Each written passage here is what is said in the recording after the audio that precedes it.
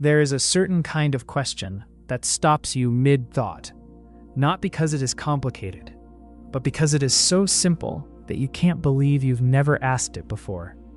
And once you have, you can't quite go back to the version of yourself that hadn't. Philosophy is full of these questions. Most people encounter them once, in a classroom, and file them away as interesting puzzles with no real use in daily life. But they are not puzzles. They are mirrors. Each thought experiment you are about to hear was designed, sometimes centuries ago, sometimes recently, to place you at the exact edge of what you believe and ask you to look down, not to push you off, just to show you how high up you actually are. You will meet a trolley with no good options, a brain living in a jar, a ship that replaced every single part of itself and still carries the same name, a man sitting in a room full of symbols he will never truly understand. None of these scenarios are real. That is precisely why they work. When stakes are removed, when consequences disappear, when it is just you and the idea in the quiet, that is when you find out what you actually believe, not what you were taught to believe, not what sounds correct in polite conversation, what you actually honestly believe. 25 chapters, 25 edges. Some will feel like old friends you never knew you had. Some will feel like the floor shifting slightly beneath you. All of them will leave something behind. Get comfortable. Chapter 1. The ship that was never the same. There is a ship that has been in a harbor for a very long time. It is famous, this ship. Famous enough that the people of the city have decided to preserve it indefinitely. And so whenever a plank rots or a beam weakens, the deteriorating piece is removed and replaced with a new one, identical in function and similar in form. The work is careful and continuous. The ship is maintained in excellent condition. Visitors come to see it. Children are told its history. The name on the hull remains the same. After 50 years of this, every single piece of the original ship has been replaced. Not most of it, all of it. There is not one splinter of the original vessel remaining in the structure that sits in the harbor. And the question, which sounds simple enough when you first encounter it and reveals itself as anything but simple the longer you sit with it, is this: is it still the same ship? Most people encountering this for the first time feel the answer is obvious. Of course it is not the same ship. Every piece has been replaced. Whatever the original ship was, the material reality of it is gone. What remains is a structure with the same name and the same design and the same location, but none of the same substance. It is a copy, a replica, the same ship in the way that a photograph of your grandmother is your grandmother, which is to say, not at all, except as a representation of something that no longer exists in the original form. But then someone asks a different question. At what point did it stop being the same ship? Was it after the first plank was replaced? If one plank is changed and everything else remains original, the ship feels clearly the same. Is it after the 10th replacement? The 100th? If the transition from same to different happened gradually, across hundreds of individual changes, none of which felt individually significant, then there was no single moment of transformation. There was only the accumulation of small continuities that somehow, in aggregate, produced a discontinuity. The ship that was the same yesterday and the same the day before that was eventually not the same, and nobody can point to the day it happened. Now a second person enters the thought experiment, one who is collecting the discarded pieces. Every rotting plank, every weakened beam, everything removed from the original ship was carefully stored in a warehouse, and after the last piece was replaced, this person assembled all the original materials into their original configuration. The ship that now sits in that warehouse is made entirely of original pieces, arranged in the original pattern, in the shape the ship had on the day it was first launched. Is this the original ship? It has all the original material. It was disassembled and separated across 50 years of storage. It never sailed during that time, never occupied the harbor, never had visitors come to see it, was never pointed to by anyone as the famous ship. There are now two ships. One has the continuous history and the name and the location and none of the original material. The other has all the original material and none of the history. If you could only call one of them the original, which one would it be?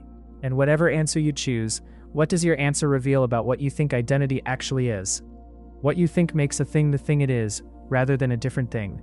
Whether you believe continuity is more fundamental than material composition, or material composition more fundamental than continuity, or whether you suspect, as the puzzle is designed to make you suspect, that the question of what makes something the same thing over time does not have a clean answer, because identity over time is not a feature of the world, but a story we tell about the world, applied with varying degrees of success to things that are actually always changing. The ship in the harbor is changing right now, in the moment you are thinking about it, in ways that no repair program would catch. The molecules of its wood are exchanging atoms with the surrounding air and water. The slow chemistry of material existence is operating on it continuously. Everything that exists is the ship of Theseus. Everything that persists through time persists not as a fixed object, but as a process, a pattern that maintains itself through continuous change, a river that is never the same water twice, and is recognizably the same river for reasons that the water itself cannot account for. The reason this thought experiment matters, the reason it has been passed from philosopher to philosopher for 2,500 years without ever being resolved, is not that it tells us something interesting about ships. It is that ships are the easy case. The puzzle about the ship is always really a puzzle about something closer, about the person considering it, about the you that woke up this morning, and the you that will go to sleep tonight, and the you that was 10 years old, and the you that will exist in 10 years, all of whom share a name and a continuous memory, and a body that has replaced most of its cells multiple times over, and a set of beliefs and values that have changed in ways both small and fundamental across the years. Are you the same person you were 10 years ago? Most people answer yes without hesitation. But the yes is doing an enormous amount of work that it does not announce. It is assuming that sameness of person is constituted by something, some thread of continuity that holds across all the changes. And the question the ship of Theseus asks is what that thread actually is, whether it is the material, which has changed substantially, whether it is the memories, which have been reconstructed and edited and lost in the ways that earlier thinking about memory reveals, whether it is the personality, which was different and will be different again, whether it is something more abstract, a pattern or a narrative or a legal fiction that we maintain because the alternative is a kind of conceptual vertigo that daily life cannot easily accommodate. The ship sits in the harbor with its replaced planks and its original name, and the person who has been thinking about it for the last few minutes is not quite the same person who began, though they would be the last to notice. Chapter 2. The room where Chinese means nothing. Imagine a room. Inside the room is a person who speaks only English. They have never learned a single word of Chinese, cannot recognize a Chinese character as anything other than an abstract mark, have no sense of what the language sounds like or how it is structured or what any part of it means. They are in every meaningful sense completely ignorant of Chinese. Through a slot in the wall, pieces of paper are passed into the room. On the papers are Chinese characters arranged in sequences that constitute questions or statements or prompts of various kinds. The person inside the room does not know this. They see only shapes. The shapes mean nothing to them in any felt or understood sense. But they have something else, a very large and very detailed rulebook, written in English. The rulebook says things like, when you see this particular arrangement of shapes, write these other shapes in response. When this sequence appears, produce that sequence. The rules are comprehensive, covering an enormous range of possible inputs, specifying the appropriate output for each. The person follows the rules carefully, writing the specified characters on new pieces of paper and passing them back out through the slot. Outside the room, people who read Chinese receive the responses, and the responses are, to their reading, perfectly coherent. The responses answer the questions correctly, they engage with the statements appropriately, they produce from the outside the impression of a Chinese speaker who understands everything being communicated, who is engaged and responsive and apparently thoughtful. A Chinese speaker conversing with the room would have no reason from the responses alone to suspect that anything unusual was happening. But the person inside the room still does not understand a single word of Chinese. They never did. The rulebook performed the transformation from input to output with no understanding involved anywhere in the process. The shapes came in, the rules were applied, the shapes went out. At no point did meaning enter the room. At no point did the person inside have any sense of what was being communicated, what the conversation was about, what the questions were asking, or what the answers said. The correct responses were produced by a process that was, from the inside, entirely about shape manipulation, entirely about following formal rules that specified which marks followed which other marks, with no reference to what any of the marks meant. This thought experiment was constructed by the philosopher John Searle in 1980, and it has not stopped being argued about since. Searle designed it as an argument against a specific claim that was gaining momentum in artificial intelligence research at the time. The claim that a sufficiently sophisticated program, one that could produce responses to inputs that were indistinguishable from the responses of a human being, would thereby demonstrate genuine intelligence, genuine understanding, the real thing rather than a simulation of it. The Chinese room is designed to show that this inference does not follow. The room produces responses indistinguishable from those of a Chinese speaker, but nothing in the room understands Chinese.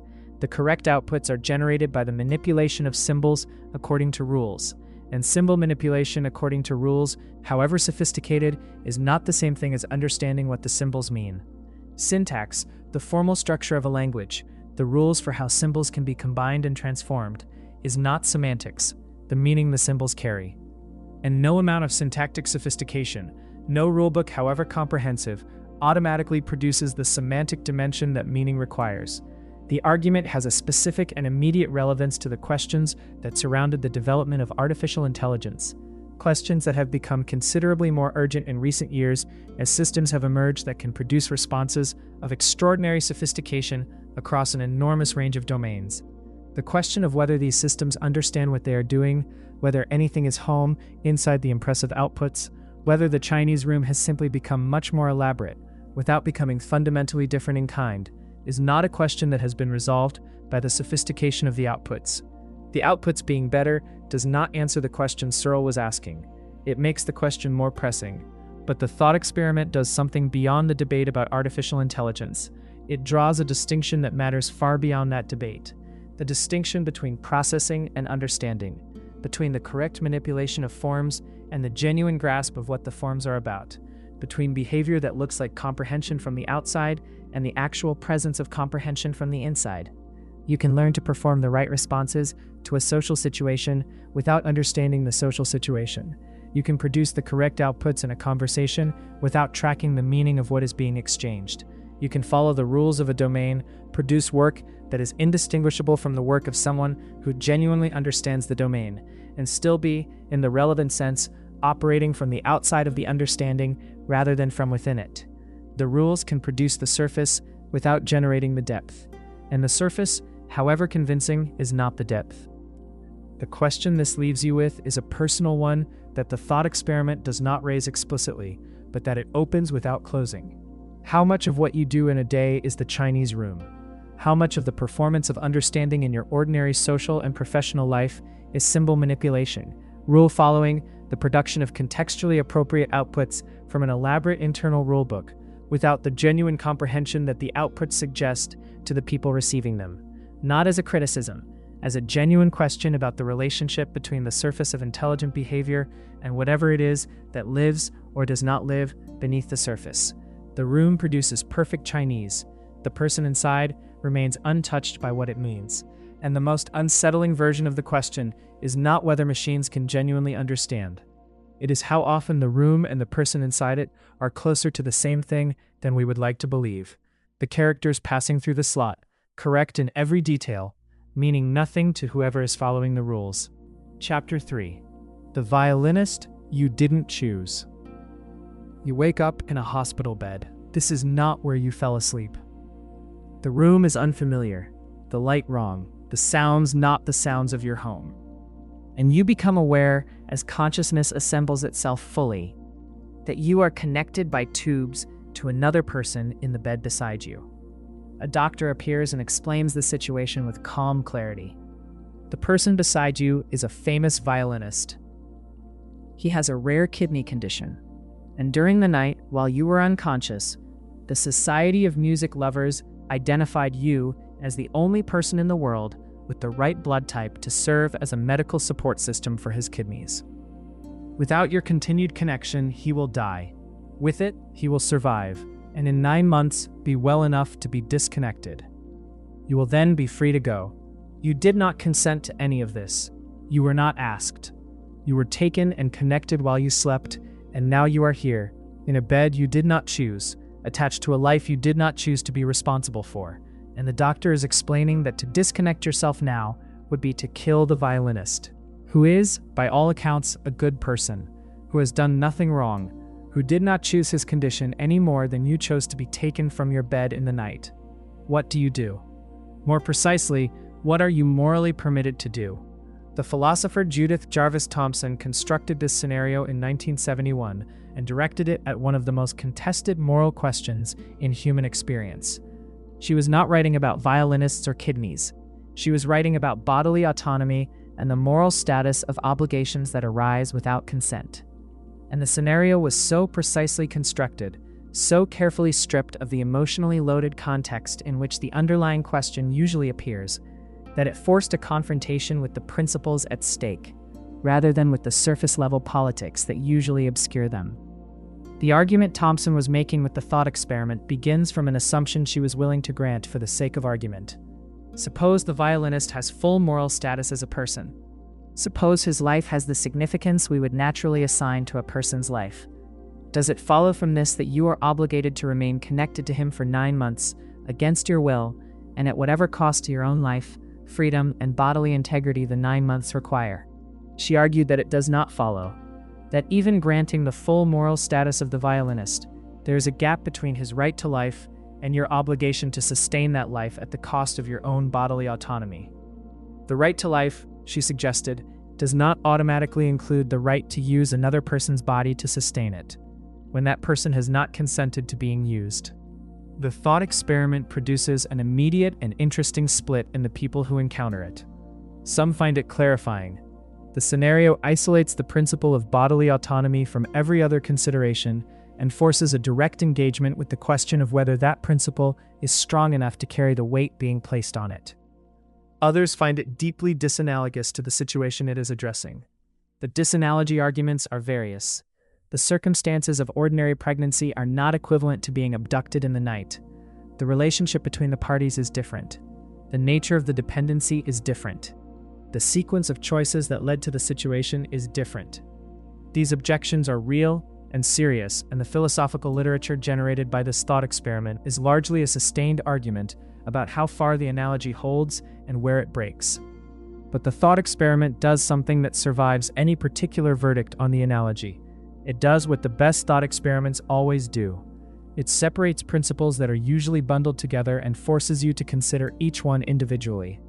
In the ordinary presentation of the underlying question, several different principles tend to arrive at the same time, reinforcing each other, making it difficult to identify which principle is doing which work. The violinist scenario strips away the reinforcements and asks about one principle at a time. What exactly does the right to life entail? What exactly does bodily autonomy entail? When these two things come into conflict, which has priority, and on what grounds do you decide? What the thought experiment reveals in the reactions it produces is that people's moral intuitions are not always consistent in the way they believe them to be.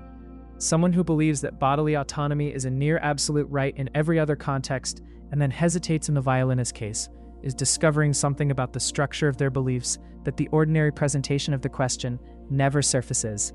Someone who believes that the obligation to sustain life overrides bodily autonomy in the violinist case, but not in other cases where the principle would seem to apply equally, is also discovering something.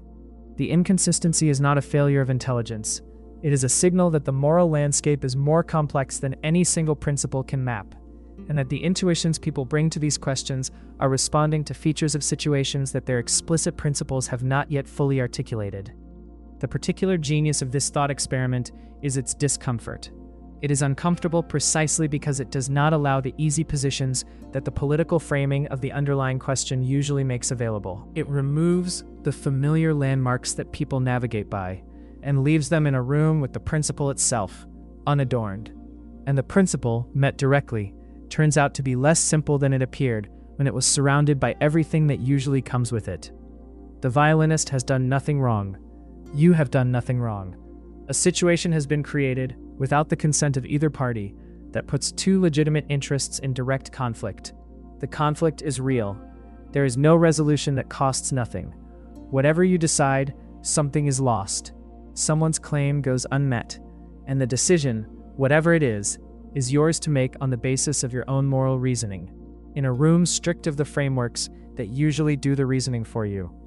This is what the best thought experiments leave you with, not an answer. The answer would ruin it. but a cleaner view of the question, a view unobstructed by everything that is usually piled in front of it. The tubes run between the beds. The violinist breathes quietly beside you. A doctor has left the room, and the question, which was never really about the violinist, is waiting for whatever you actually believe, rather than what you usually say you believe, when the stakes are somewhere else. Chapter 4.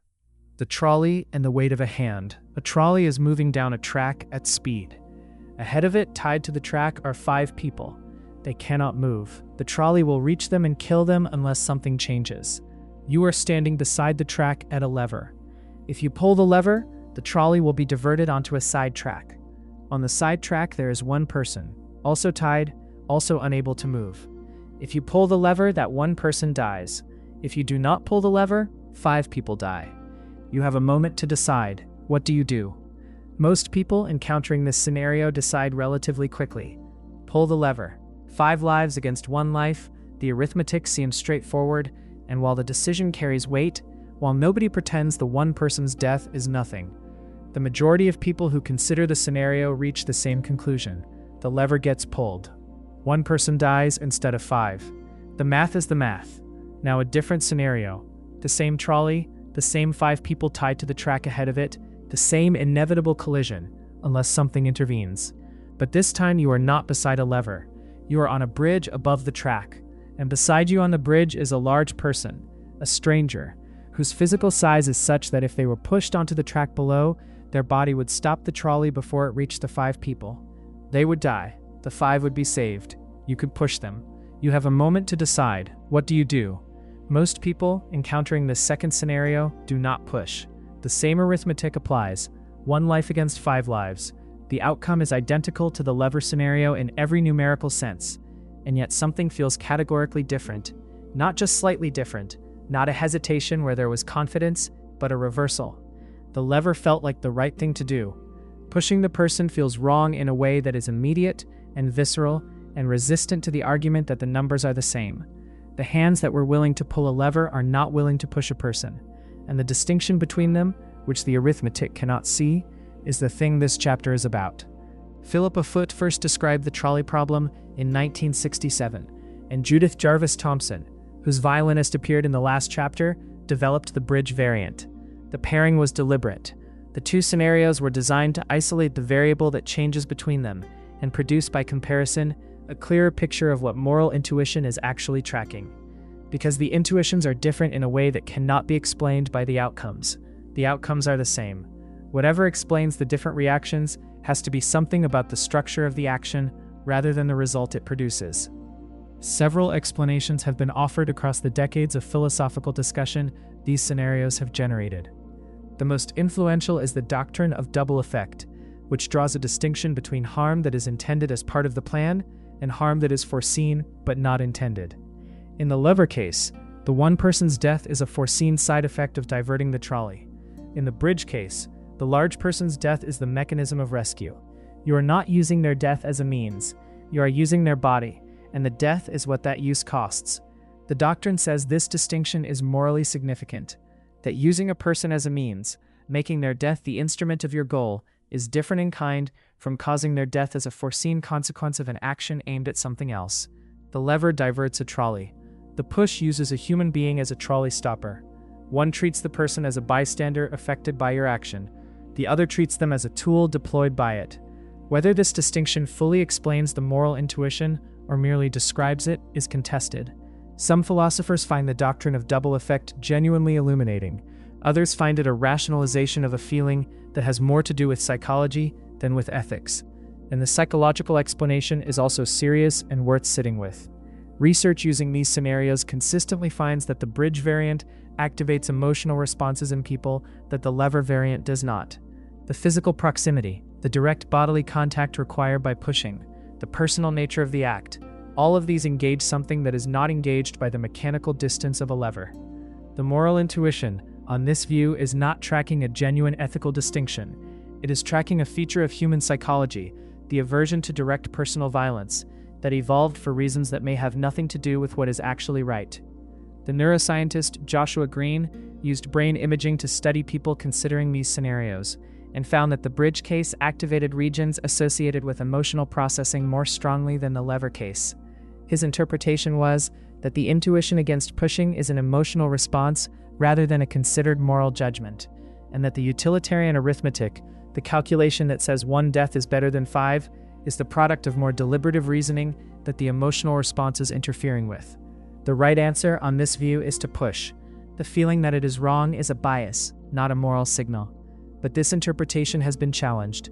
The assumption that emotional responses are unreliable inputs to moral reasoning, that the cold calculation is the more trustworthy guide, is itself a philosophical position, rather than a neutral finding. The intuition against using a person as a means has a long history of philosophical defense that does not depend on it being emotional.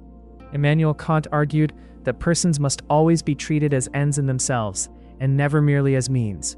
And this principle, arrived at through pure reason, rather than emotional response in Kant's account, produces the same verdict as the emotional reaction. The feeling and the argument, coming from different directions, arrive at the same place. What the Trolley thought experiment does, in all its variants and all the discussion it has generated, is expose the architecture of moral thinking in a way that ordinary moral situations do not. Ordinary situations come bundled with context, with relationships, with the full weight of circumstance that makes the relevant principles difficult to isolate. The Trolley strips all of that away.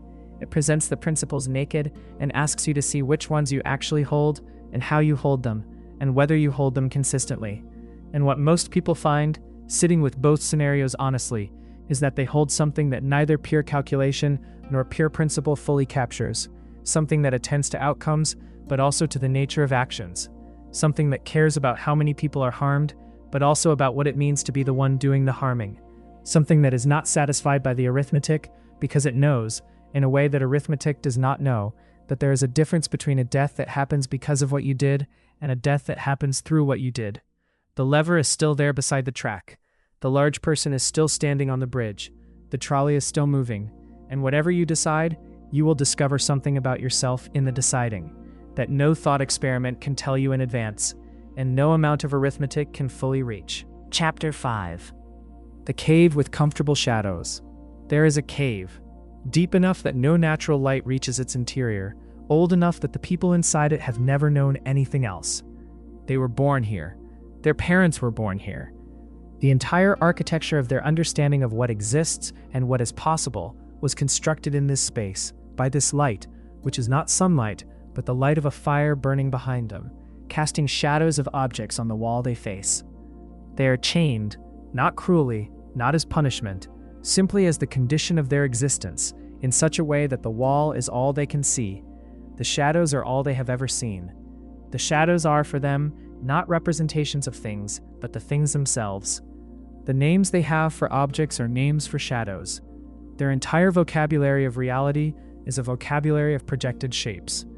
This is Plato's allegory of the cave, which appeared briefly in an earlier conversation about the simulation hypothesis, but deserves a much slower and more complete examination here, because it is not primarily a thought experiment about the nature of physical reality. It is a thought experiment about the nature of knowledge, about the psychology of liberation, about what happens to a community and a self when the framework that organized everything is revealed to be incomplete, and about something that the allegory handles with unusual honesty, something that more optimistic accounts of enlightenment and discovery tend to skip over or minimize: the resistance, the preference for the darkness, the fury of the people who are shown the sun and do not thank you for it. Plato describes the journey of one prisoner who is freed. The unchaining is not experienced as relief. The sudden ability to turn around is disorienting rather than liberating. The fire seen directly is painful. The eyes that were calibrated for shadows cannot receive more light without suffering. And if this freed prisoner is dragged further, out of the cave entirely, into the open air and the full light of the sun, the pain intensifies before it recedes. The adjustment takes time. The world outside the cave, the actual world, is initially less clear to the freed prisoner than the shadows were. The shadows were familiar. Familiar things are easier to see. The real world requires a new visual apparatus, a new calibration, a period of blindness and confusion before genuine seeing becomes possible. This detail is important and under-discussed. The allegory is often read as a simple narrative of liberation, of moving from error to truth, from darkness to light, with the implication that the truth once available is obviously preferable to the error. But Plato does not write it that way. He writes it as a painful and disorienting process that the person being freed does not initially want and actively suffers through. The light is not a reward. It is first an assault. The knowledge is not comfortable. It is first a dismantling, and then the freed prisoner returns. This is the part that the allegory is really building toward, the part that tests whether the liberation was worth it, not in the abstract, but in the social and human reality of the cave. The freed prisoner, having adjusted to the sun and seen the actual world, goes back into the cave to tell the others what exists outside. And what happens is not gratitude, not curiosity, not a rush of prisoners eager to be freed now that they know freedom is available. What happens is that the freed prisoner, whose eyes have adjusted to sunlight, can no longer see the shadows clearly. In the cave's dim light, after the brightness of the outside world, they are effectively blind. They stumble. They cannot compete with the other prisoners at the shadow identification games that constitute the cave's intellectual life. And the other prisoners, observing this, draw the obvious conclusion from inside their framework. The journey out did something bad to this person. It damaged their vision. Whatever is outside the cave, it is not worth going to if this is what it does to you. The social consequence is not merely rejection. Plato suggests it could be worse. He implies that a prisoner who came back insisting that the shadows were not real, that the actual world was outside, and the cave was an imprisonment, would be considered mad, would be a threat to the coherence of the community that has organized itself around the shadows. And the community, defending its coherence, might not be gentle with such a person. The allegory is usually taught as a story about epistemology, about the difference between appearance and reality, between opinion and knowledge. It is that, but it is also a story about the social function of shared frameworks. The cave is not just a metaphor for individual ignorance. It is a metaphor for the community that maintains itself by maintaining its shared picture of reality and the threat that a different picture represents to that community. The prisoners are not stupid. They are doing exactly what people do when the coherence of their world is challenged. They are protecting the framework that makes their experience legible.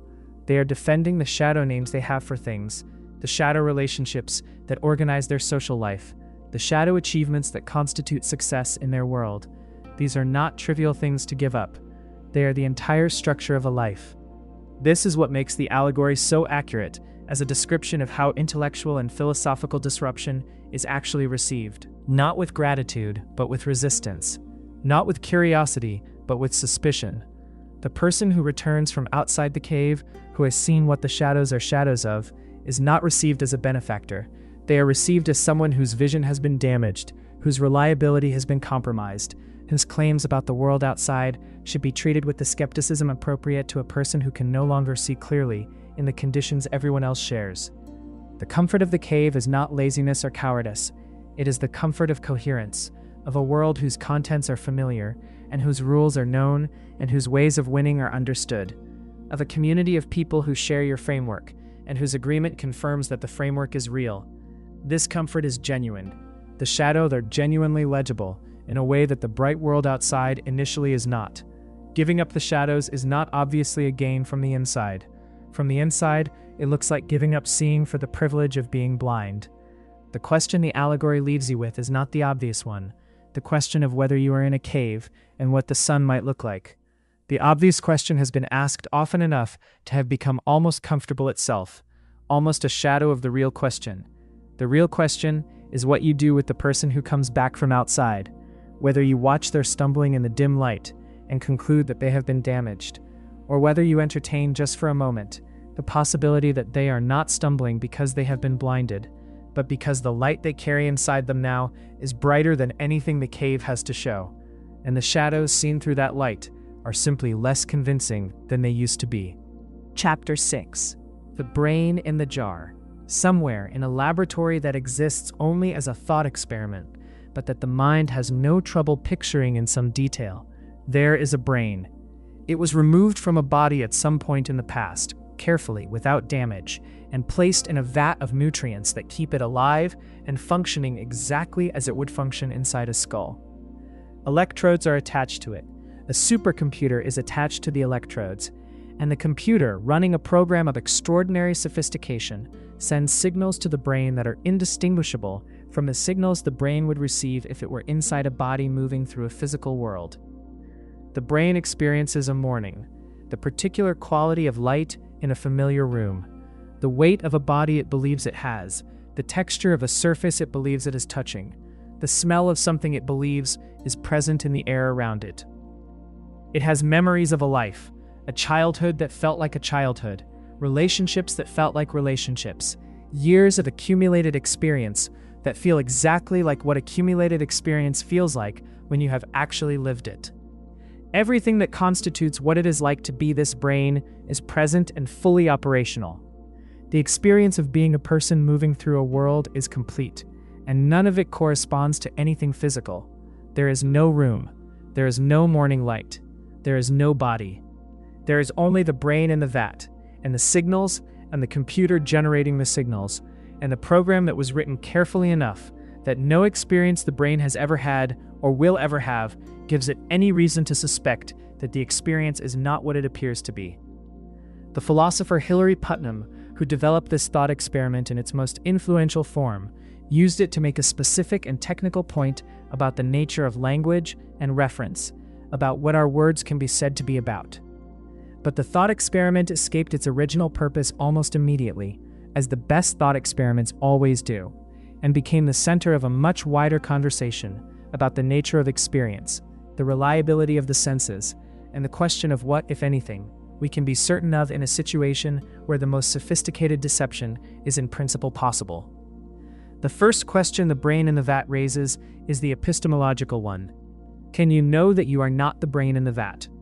Not whether you believe it, not whether it seems unlikely, but whether you can know it in the strict sense, the sense that would satisfy a rigorous standard of certainty. The evidence you would use to argue against it, your sensory experience of a physical world, your memories of a continuous life, the testimony of other people around you who also experience the world as physical and shared, is precisely the evidence that the vat scenario is designed to explain away. Every piece of evidence you have is evidence generated by the program. The program was written to produce exactly this evidence. Using the evidence to argue against the vat is using the output of the system to evaluate the system, which is the circularity that the thought experiment was designed to expose. Descartes arrived at essentially the same place in the 17th century through a different route. His evil demon, a hypothetical deceiver of unlimited power, could be producing all of his experience synthetically, making him believe in a physical world that did not exist. Descartes famously found one thing that resisted this skepticism: the thinking itself. The experience of doubting was undeniable because the doubting was itself an experience, and you cannot doubt that you are doubting without performing the doubting that you are trying to doubt. The I that thinks, he concluded, must exist, even if everything it thinks about might be illusory. What Descartes did not fully resolve, and what the brain in the vat makes vivid in a way his evil demon did not quite achieve, is the question of what follows from this. Suppose we grant that something is experiencing, that the brain in the vat is genuinely conscious, genuinely having experiences, genuinely the subject of a mental life that is as rich and as real as any mental life that has ever existed. What has been established? Has anything important been lost by discovering that the experiences are generated by a computer rather than by contact with an independent physical world? Is there a sense in which the brain in the vat's life is less real, less valuable, less worth living than the life of a brain inside a body moving through actual physical space? The utilitarian answer is clear enough. If what matters is experience, and if the brain in the vat is having experiences that are in every qualitative respect identical to the experiences of an embodied person, then nothing of value has been lost. The experience of love is the same experience of love, whether it corresponds to a real other person or a simulated one. The experience of beauty is the same experience of beauty, whether it corresponds to a real sunset or an electrode-induced one. The metric that matters, the quality and richness of conscious experience, is identical in both cases. The vat changes nothing that matters. The objection to this is equally intuitive and considerably harder to articulate precisely. Something has been lost. The relationships are not real in the relevant sense. The beauty is not real in the relevant sense. The achievements are not real because there was no real world to achieve them in. The life, however rich it feels from the inside, a life built on a fabrication. The brain in the vat has been deceived, and the deception matters even if the deceived brain never knows about it and suffers no reduction in the quality of its experience as a result. This objection is sometimes called the externalist intuition, the intuition that the value of experience is not fully contained in the experience itself, that it depends on the relationship between the experience and something outside it, that a life that feels meaningful is not thereby meaningful if the meaning is fabricated rather than found. The person who achieves something in a real world has genuinely achieved it. The brain in the vat that has the experience of achieving something in a simulated world has not achieved the same thing, even if the experience is identical, because achievement requires a real world to achieve in. Whether the externalist intuition is correct is one of those philosophical questions that does not admit of a decisive argument in either direction. Both positions have serious defenders. Both connect to deep intuitions about what makes a life valuable. And the question cannot be settled by experience, since the relevant experiences are identical on both sides of the dispute. What the thought experiment does is force a confrontation with what you actually believe about the relationship between experience and reality. Whether you think a perfect experience is sufficient for a perfect life, or whether you think the connection to something outside the experience is essential to its value. Whether the brain in the vat is a tragedy or simply an unusual circumstance. Whether the discovery that you were in the vat would be devastating, or whether the honest response would be, but the experiences were real. The love was real. The moments that mattered, mattered. The electrodes carry signals the brain cannot distinguish from the world. The world the brain believes in is indistinguishable from the world, and the brain thinking its thoughts in its nutrient bath is wondering about something, unaware that the wondering is also a signal, and that whatever is generating the wondering is the one thing the signals cannot fully reach. Chapter 7. The Twin Earth, Where Water Isn't Water. Somewhere in the philosophical universe, there is a planet that is, for all practical purposes, identical to Earth. The people on it look like people on Earth. The cities look like cities on Earth. The weather, the oceans, the rivers and lakes, and morning dew on the grass are all present and look exactly as they look here. A visitor from Earth arriving on this planet would feel immediately at home, would recognize the language, the customs, the texture of daily life, would look at the liquid falling from the sky and call it rain, would ask for a glass of water and be handed something that looked exactly like water, tasted exactly like water, quenched thirst exactly as water quenches thirst, froze and boiled and evaporated at exactly the temperatures water freezes and boils and evaporates. But the substance is not water, not in the way that matters at the level of chemistry. Its molecular structure is different from H2O. It is made of something else, something that happens to produce all the same observable properties under ordinary conditions, but is, at the level of what it actually is, a different thing entirely. The philosopher who invented this thought experiment called it XYZ. Now imagine two people, one on Earth and one on Twin Earth, both looking at a glass of the clear liquid in front of them, both thinking the word water. Their mental states are, as far as anyone can determine, identical. The same neurons firing in the same patterns in response to the same sensory inputs, the same beliefs about the substance, the same associations, the same felt quality of recognition. If you could look inside their minds, you would find no difference. They are in every internal sense thinking the same thought, but they are not referring to the same thing. The Earth person is referring to H2O, the Twin Earth person is referring to XYZ. The word in their heads is the same. The mental state producing the word is the same. And what the word means, what it is actually about, is different. Which means that meaning is not something that lives entirely inside the mental state. It is not fully constituted by what is happening in the mind of the person using the word. It reaches outside. It connects to the world in a way that the internal experience alone does not determine. This thought experiment was constructed by the philosopher Hilary Putnam in 1973, and it did something to the philosophy of language and mind that is still felt today. His conclusion, stated in a phrase that has become one of the most quoted in 20th century philosophy, was that meanings just ain't in the head.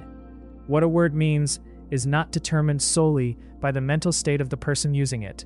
It is determined, at least in part, by the actual nature of the stuff in the world the word has been applied to. The Earth person's word water picks out H2O, not because they know it is H2O, not because their mental state contains that information, but because H2O is what they and their community have been interacting with and talking about when they used that word. The reference was fixed by the world, not by the mind. This has implications that extend far beyond the philosophy of language. Because if Putnam is right, then the content of your thoughts is not fully your own in the way it might appear. When you think about water, or about gold, or about any natural kind of thing in the world, what you are thinking about is determined partly by what the stuff actually is, by facts about the external world that may be entirely unknown to you. The chemist who discovered that water is H2O did not change what the word meant for everyone by adding new information to their mental states. They discovered something about the nature of the stuff that the word had always been about. The meaning was always reaching out to the molecular structure. The people using the word were just unaware of what their word was reaching to. The picture of the mind this produces is a strange one, if you follow it seriously. You are not a self-contained meaning generator, producing the content of your thoughts from internal resources and then projecting that content onto the world. You are something more like a node in a network, with the content of your thoughts partly constituted by your connections to the world and to the community of people who have been using the same words to pick out the same things across generations. The meaning lives in the relationship between the mind and the world, not in the mind alone. The philosopher Tyler Burge developed a related thought experiment that pushes the same point from a different direction. Imagine a person who has a slightly mistaken belief about the meaning of a medical term. They use the word arthritis to refer to a condition they have in their thigh, not knowing that arthritis is by definition a condition of the joints and cannot occur in the thigh. Now imagine a twin of this person in a community where the word arthritis has a broader definition that does include conditions of the thigh. The two people have identical internal mental states, but the first person has a false belief about arthritis, and the second person has a true belief about the broader condition. Their thoughts have different contents, even though their inner lives are indistinguishable, because the communities in which their words are embedded are different. The thought that your mental content depends on your community, on the shared practices and agreements about what words mean that surround you without you being fully aware of them, is both unsettling and, in another light, reassuring. Unsettling because it means you are less self-contained than you thought. The meanings of your thoughts are not fully under your control. They depend on facts about the world and the community that you may not know and cannot fully access. Reassuring because it means you are not isolated inside your own head in the way that the brain in a vat thought experiment might suggest. You are connected to the world in a way that reaches deeper than experience. Your words are anchored to reality not by your experience of it, but by the actual nature of the things you have been engaging with and talking about. There is a version of this that becomes quietly personal when it lands fully. The words you use to describe yourself, the categories you apply to your own experience, the concepts through which you understand your own life, do not have meanings that are fully determined by what is happening inside you.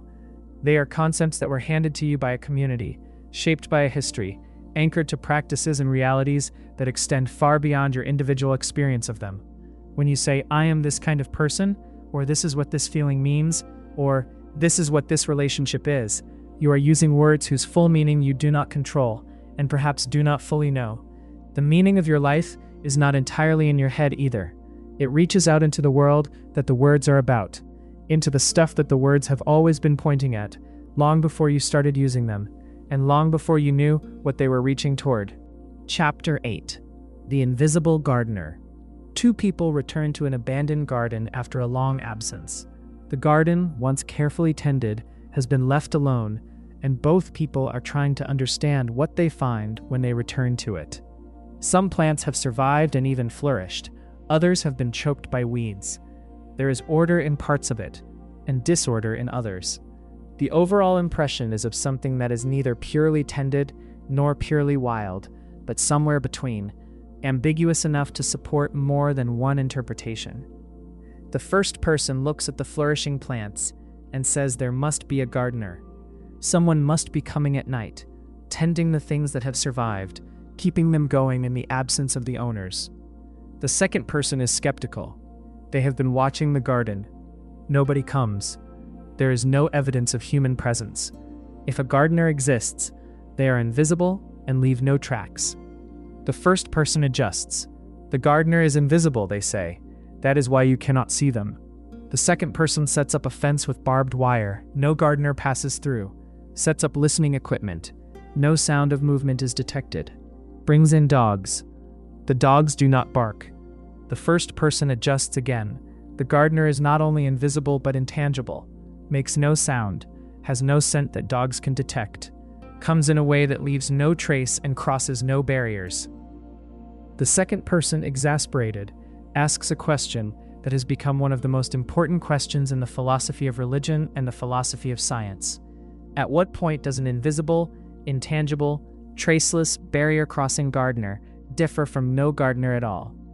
If the belief cannot be tested by any evidence, if every possible piece of contrary evidence is absorbed by adjusting the description of the gardener rather than updating the belief, what exactly is being claimed? Is there a difference between believing in a gardener who cannot in principle be detected and not believing in a gardener? This parable was told by the philosopher Antony Flew in 1950, and it was aimed at a specific feature of certain kinds of religious and metaphysical belief, the feature he called the death by 1,000 qualifications. A claim begins with content. The gardener tends the garden. This is a claim that could be tested. If someone is tending the garden, there should be evidence of tending. But when the evidence fails to appear, the claim is not abandoned, it is qualified. The gardener is invisible. When that qualification is tested and no evidence appears, another qualification follows. The gardener is intangible, and then inaudible, and undetectable by dogs, and capable of passing through barriers. Each qualification preserves the claim while removing its content. The belief is maintained by making it progressively less of a belief about anything specific, until what remains is a form of words that sounds like a claim, but has been drained of the testable content that would make it one. The philosopher Karl Popper had been developing around the same period a related idea that addressed the same problem from the direction of science rather than religion. His criterion of falsifiability proposed that what distinguishes a genuinely scientific claim from a non-scientific one is not whether it has been proven true, but whether it could in principle be proven false. A claim that is structured in such a way that no possible evidence could count against it is not a scientific claim, regardless of how confidently it is asserted or how much evidence appears to support it. The gardener belief, as qualified to undetectability, fails this criterion, not because it is obviously false, but because it has been made unfalsifiable. Nothing could count against it, which means nothing counts for it either, at least not in the evidential sense. The evidence that the garden is partly flourishing is consistent with a gardener, but it is equally consistent with favorable weather conditions and the natural resilience of certain plants. The unfalsifiable claim absorbs all possible evidence without being confirmed by any of it. What Flew and Popper were identifying from their different directions is a real feature of human reasoning that extends far beyond religion and metaphysics. The tendency to hold beliefs in ways that are immune to revision, to structure the belief so that every contrary piece of evidence is explained away, absorbed, reinterpreted, or met with a new qualification that preserves the belief while removing its exposure to the evidence. This is not a tendency found only in the religious or the unscientific. It is a feature of human cognition generally, the same feature that earlier thinking about bias and belief revision describes from a psychological direction. The gardener parable gives it a philosophical name and a vivid image. The response from religious philosophers to this challenge has been sustained and serious. One line of response questions whether falsifiability is the right criterion for meaningful belief in the first place. Science applies it, for good reasons, to empirical claims about the physical world, but not every meaningful claim is an empirical claim about the physical world. Mathematical truths are not falsifiable in Popper's sense. They are necessarily true or necessarily false, and nobody argues this makes them meaningless. Ethical claims, aesthetic judgments, claims about the value of things are not falsifiable, and they are not thereby empty. The demand that religious belief meets scientific criteria of falsifiability may be demanding that one kind of claim meets standards appropriate only to a different kind. Another response distinguishes between the gardener parable, which describes a belief maintained by continuous qualification in the face of specific negative evidence, and religious belief, which is often not held as a hypothesis about specific observable facts, but as an interpretation of the whole of experience. The claim is not that a detectable gardener tends a specific garden, but that existence itself has a character, that the structure of reality as a whole points towards something that the word God is trying to name. This kind of claim is not obviously tested by the same methods that would test a claim about a gardener. What the parable does, regardless of how these responses are evaluated, is clarify what is at stake in any belief that claims to be about something real. The clarification is not hostile to faith. It is hostile to the specific move of preserving a belief by making it immune to evidence, which is a move that can be made by anyone about anything, and that produces the appearance of a belief without its substance. A belief that survives every challenge by becoming smaller and smaller, by qualifying away everything that could be tested, eventually becomes something that barely refers to anything at all. The gardener is still being believed in, but the belief has become so qualified, so hedged, so protected from the world it was supposed to be about, that the garden itself has been quietly removed from the picture, and what remains is a word, pointing carefully at nothing it could be wrong about, and therefore nothing it could be right about either. Chapter 9. The Man Who Woke Up as Someone Else. There is a man who goes to sleep on a Tuesday night in the ordinary way. He is 43 years old. He has a marriage, a career, a collection of memories that stretches back to early childhood, a set of values and preferences and fears and loves that feel entirely his own. He falls asleep the way he always falls asleep, in the familiar dark of a familiar room, and in the morning he wakes up. But the man who wakes up remembers being a pirate. Not as a dream, not with the soft edges and the logical gaps that mark dream memory as different from real memory. He remembers a life at sea, a specific ship, specific crewmates whose faces he can describe in detail, specific voyages whose routes he could trace on a map. He remembers danger and adventure and a particular kind of freedom, and also the violence that came with it, the things he did that he is not proud of in the way that people are not proud of real things they actually did.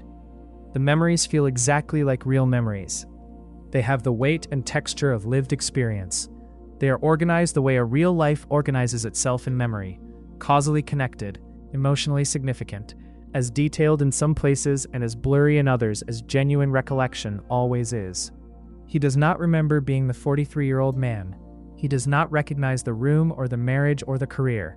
The life he wakes into feels like someone else's life, recognizable as a human life, but not his. His is the one on the ship. Who is this person in the bed? This thought experiment, in various forms, has been used by philosophers to probe the question of what personal identity actually consists in. The most influential version of the question was developed by John Locke in the 17th century. Locke proposed that personal identity is constituted by memory, that what makes you the same person you were 10 years ago is not the continuity of your body, which has replaced most of its cells, nor the continuity of your soul, which is not directly observable, but the continuity of your consciousness, specifically the fact that you can remember being the person you were then. The chain of memory is the chain of identity. You are the person you can remember being. The pirate thought experiment is designed to stress test this account. If memory is what constitutes identity, and if the man waking up genuinely remembers being a pirate rather than the 43-year-old, then by Locke's account, he is the pirate. The pirate woke up in this bed. The 43-year-old is either also present somehow or has been replaced. But neither option is entirely satisfying. The body in the bed is the 43-year-old's body. The brain producing the pirate memories is the 43-year-old's brain. Every physical continuity points to the 43-year-old. And yet the memory, which Locke said was the thing that mattered, says otherwise. Thomas Reid, a philosopher writing shortly after Locke, pressed this with a different scenario. Imagine a young boy who is flogged for stealing an orchard.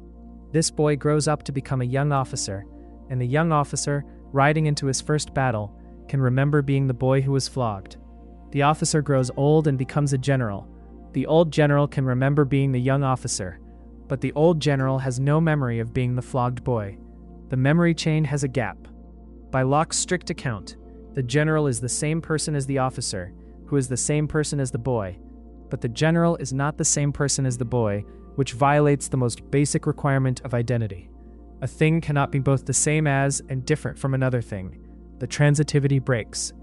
The philosopher Derek Parfit spent much of his career working through the implications of these puzzles, and he arrived at a conclusion that most people find deeply unsettling the first time they encounter it. His conclusion was that personal identity is not what we think it is, not because there is some better account that preserves everything we intuitively believe about it, but because what we intuitively believe about it is itself confused. We think of ourselves as entities that persist through time, in a clear and definite way that the person who went to sleep last night and the person who woke up this morning are unambiguously the same person in a way that requires no further analysis. Parfit argued that this intuition, when examined carefully through thought experiments like the ones about memory and physical continuity and the gradual replacement of brain cells, does not survive. What we call the same person is really a chain of connected physical and psychological states, connected in the ways that matter to us, but without the deep metaphysical unity that the word same implies. This conclusion has a practical implication that Parfit himself found liberating, though others find it the most disturbing part of the whole picture. If personal identity is not what we think it is, then the special concern we have for our future selves, the way we treat future me as the thing that most needs protecting and advancing and keeping alive, is based on a somewhat confused picture of what future me actually is. The person who will inhabit your body in 30 years is connected to you now in ways that matter, but they are not you in the simple, unambiguous way that we usually assume. They are, in Parfit's phrase, your successor, continuous with you, not identical to you in the way a mathematical object is identical to itself. The person lying in the bed with the pirate memories is neither fully the 43-year-old nor fully the pirate. They are a body with a memory that has been disrupted, a psychological continuity that has been severed and replaced with a different one, and the question of who they are is not answered by pointing to any single criterion, because the criteria give different answers, and there is no deeper fact that adjudicates between them. What you are, right now, in the act of considering this question, is something that has memory and a body and a continuity of experience that stretches back as far as you can remember and forward as far as you can project. But the memory has been rewritten, as earlier chapters have shown. The body has replaced most of its substance. The continuity has gaps and revisions.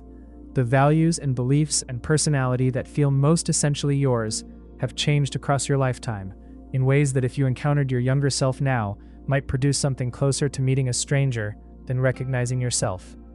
The man who woke up as someone else is a dramatic version of something that happens slowly and quietly to everyone. The person who went to sleep 20 years ago is connected to the person reading this now, but whether they are the same person in any sense deeper than the continuity of a story being told about them is a question that the most careful philosophy has never quite been able to answer, and that you, lying in the dark tonight, between one day's self and tomorrow's, are closer to than any thought experiment could ever make you. Chapter 10. The Utility Monster. Imagine a creature. It is not monstrous in appearance. It might look quite ordinary, might even look appealing, might possess the kind of face that invites rather than repels. What makes it monstrous is a single feature of its inner life. When this creature experiences pleasure, it experiences it at a magnitude so far beyond what any ordinary human being is capable of experiencing that the comparison barely makes sense in ordinary numerical terms.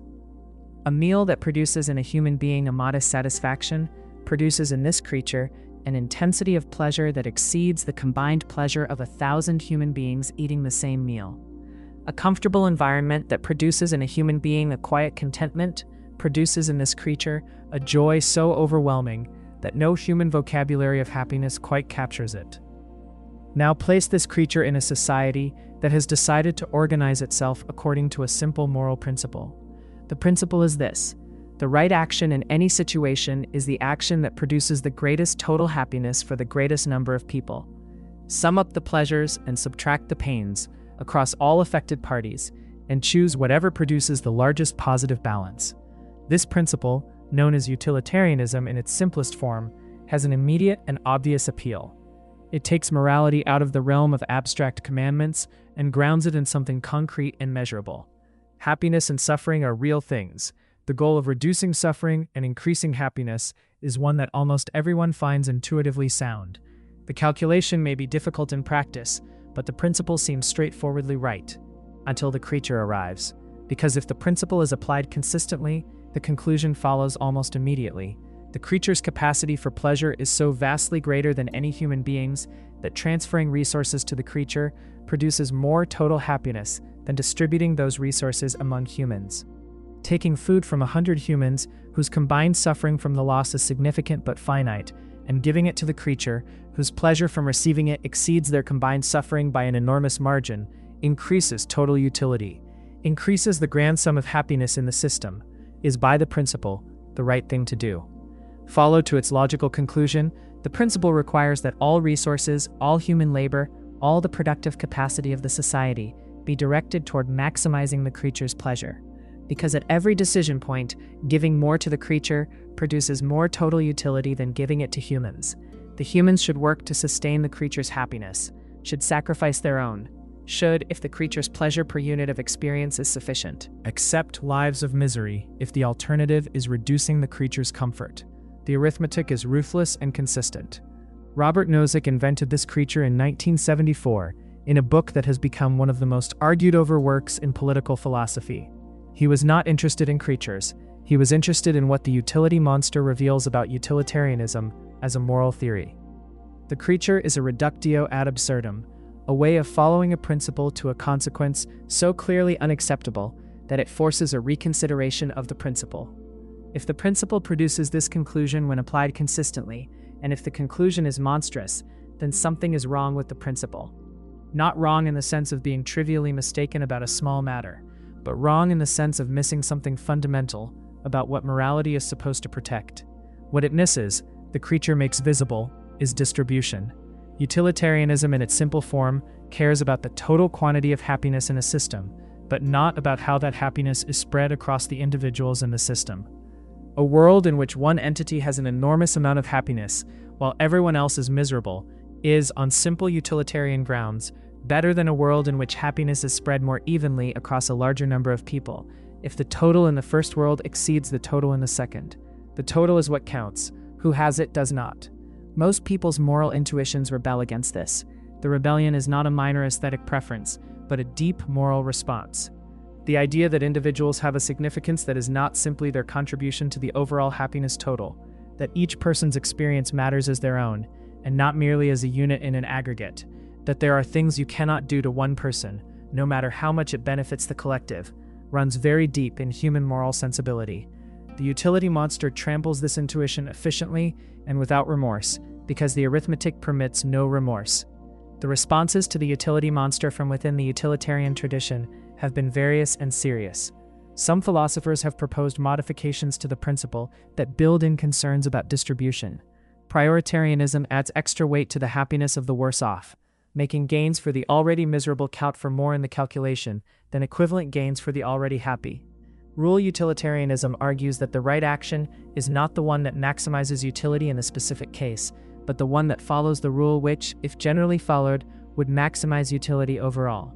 Applied consistently, rule utilitarianism might prohibit the exploitation of individuals, even when such exploitation would increase the total in a specific instance.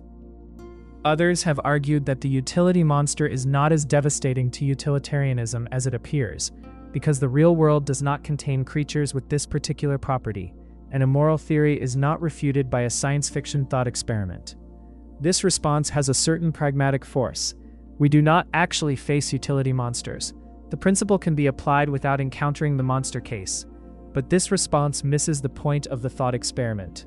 Thought experiments are not predictions about what will happen. They are tools for testing the internal consistency of principles by following them to their implications. The utility monster is not a prediction, it is a lens, and what the lens reveals is a real feature of the principle being examined, a feature that is present in every application of the principle, even when the monster is not. Every time simple utilitarian reasoning considers sacrificing the interests of a few for the benefit of the many, it is doing a version of what the monster case makes extreme. The monster just removes the moderate numbers that make the same move feel acceptable. The deeper question the creature leaves behind is about the nature of persons, and whether persons can be reduced to their contribution to aggregate welfare without losing something essential. Whether each person's life is theirs, in a way that resists being dissolved into a calculation that uses it as a variable. Whether morality is primarily about producing good outcomes or also about respecting a quality of persons that is not captured by the outcomes they produce. The creature sits in its environment, consuming resources, generating happiness at a rate that no calculation can deny. And somewhere in the society organized to serve it, a person who remembers what it was like to matter for their own sake is trying to remember the argument that said they should have mattered, and finding that the arithmetic, when it is all you have, offers no help at all. Chapter 11. The experience machine. There is a machine. It has been perfected by a team of neuroscientists who have spent their careers mapping the relationship between brain states and subjective experience with a precision that no previous generation could have achieved. The machine works by connecting to your nervous system and delivering a continuous stream of experience that is indistinguishable from the inside, from living a real life. Not a pleasant but obviously artificial experience. A life. Your life, or a version of it, or an entirely different life if you prefer. Experienced with the full texture and detail and emotional weight of genuine living. Joy that feels like genuine joy. Relationships that feel like genuine relationships. Achievement that feels like genuine achievement. Meaning that feels like genuine meaning. And while you are connected to the machine, your body floats in a tank. You do not know this. Inside the machine, you have a body that walks and runs and reaches for things. Outside the machine, there is only the tank, the tubes, the steady hum of the technology, maintaining the conditions for your neural activity. You will never know the difference. The machine is perfect. The guarantee is total. You will live inside it, a life that is in every experiential sense indistinguishable from the best life you could actually live, possibly better. The designers have ensured that the life inside is optimized in ways that real life, with its accidents and disappointments and uncontrollable variables, cannot be. Would you plug in? Robert Nozick asked this question in 1974, in the same book that introduced the utility monster. The two thought experiments were aimed at the same target from different directions. The machine thought experiment was specifically aimed at the claim that experience is all that matters. That if we are hedonists about value, if what makes life good is the quality of experience it contains, then the machine should be irresistible. It offers better experiences than life. A person who values experience above all else should choose it without hesitation. But most people do not choose it without hesitation.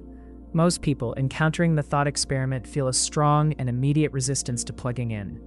The resistance is often difficult to articulate precisely, which is part of what makes the thought experiment interesting. The feeling is clear. The argument for why the feeling is justified is harder, because the utilitarian arithmetic seems to run the other way. More happiness, more pleasure, less suffering. Why would you not? Nozick offered several reasons why we resist, reasons that he thought pointed to real features of what we value beyond experience. The first was that we want to actually do certain things, rather than simply have the experience of doing them. There is a difference between climbing a mountain and having the experience of climbing a mountain, and the difference matters to us, even if it should not matter to a pure hedonist. The doing is not reducible to the experiencing of the doing. Something about the actual engagement with actual reality, the actual risk and actual effort and actual outcome, is part of what we value when we value achievement.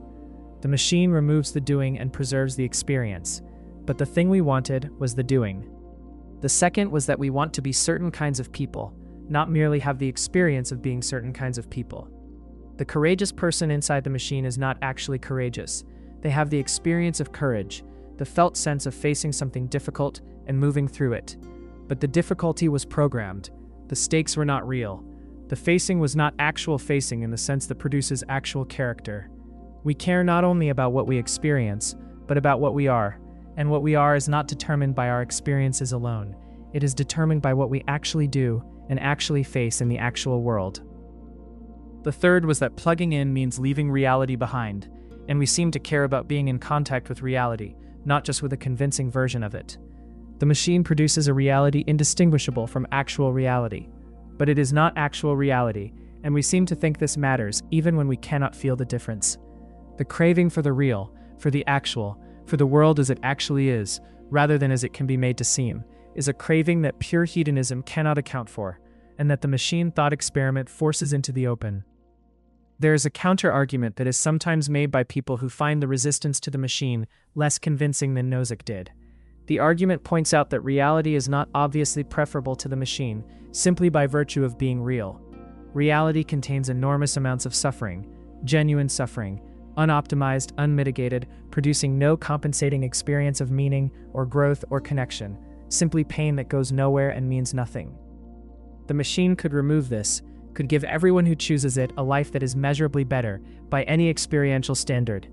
The preference for reality, on this view, is a kind of sentimentality, a fetishization of the real, that causes people to prefer worse experiences for no reason except that they happened in the world rather than in a tank.